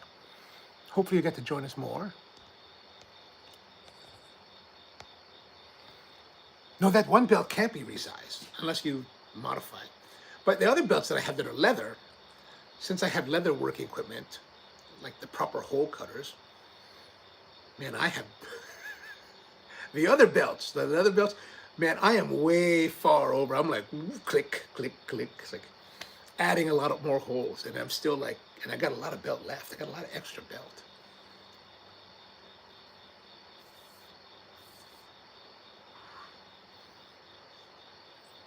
And I wonder if it's having an effect. Because like I was out with some friends the other day, last 2 weekends ago, I was out with some friends. And this one girl that I know,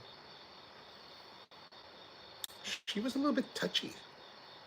Like I noticed she kind of was touchy. And I was like, she's never been touchy. Like I don't recall her ever being touchy to me. And I was like, this could pay dividends.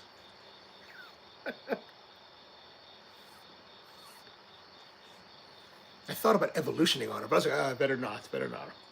What if I'm not reading this correctly? Like she's actually someone that I hang out with quite a bit, so I'm like, oh, we'll wait. We have time. Tony says they can cut the leather off one end, shorten the canvas to where it should be, and well, maybe we should try that. Okay, we'll try that. It is a favorite belt, so it would be nice to have it. Fishing is always good. Oh, I'm glad. So we're smoking the, if you're just joining us, we're smoking the Stolen Throne's Ula 2025. This is a Hawaii exclusive for my friend Marvin Chang in Hawaii. He runs Arfield Wine Company there. And Lee Marsh has done this cigar for him.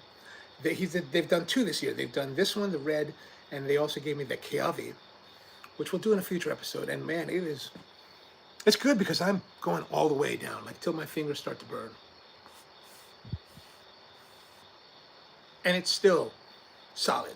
Not as so after it went out and I was talking too much, did we had a little bit of bitterness, not so great performance. It did clear up and it's better. I can't say that it's performing the way that it did prior to that, but it's still very good. Ouch. I want one more. This is the point where you're trying to figure out how do you hold it so you don't burn your fingers, so you get that one more.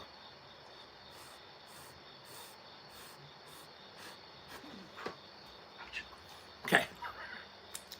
All right, so let's look at our scoring here. So body, I'm going to say 9 again. So we've been 9 all the way across for bodies. Now the flavor part, I mean, I feel like we have to go down to 8.75 just because of the performance. Burn and draw, burn and draw.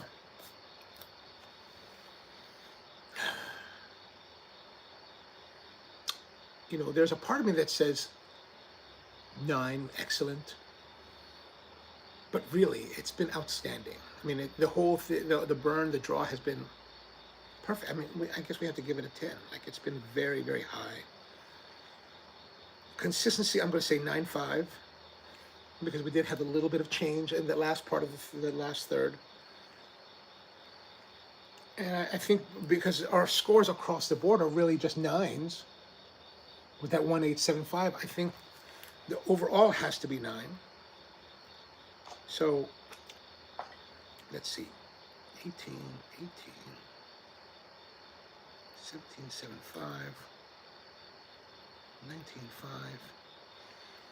So we've got 18, 36.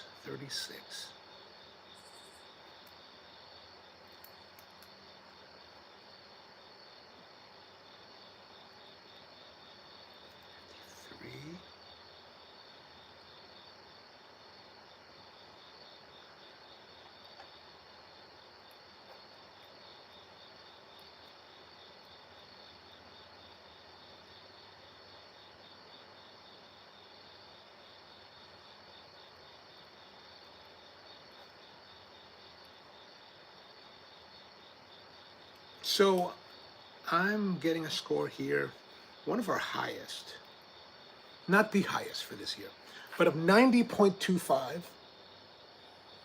So very, very high performing cigar. I mean, this is really, has been an excellent smoke tonight. Excellent, a great cigar to return to the show. This coffee, which is a G1, a grade 1 Yirgacheffe from Ethiopia, made by a friend of mine, Abdullah Bagersh, who's I think is one of the best producers in Ethiopia. He actually made my favorite coffee ever, which was the 2007 Idito Misty Valley. This is also called the Misty Valley. It's the Misty Valley is the co-op that he owns, the mill that he runs. And that Idito had beautiful, beautiful blueberry notes, like very apparent, very, very apparent blueberry notes. One of the guys on the morning show pointed out, you know, from Europe, was that, you know, there are different varieties of blueberries. So he was like surprised that I kept saying that. Over time, I've been saying that I haven't had as blueberry a coffee as this one. There's two that stand out to me. One in 2003, Ethiopian Horar, that had very beautiful blueberry notes, and then the 2007 Idito Misty Valley.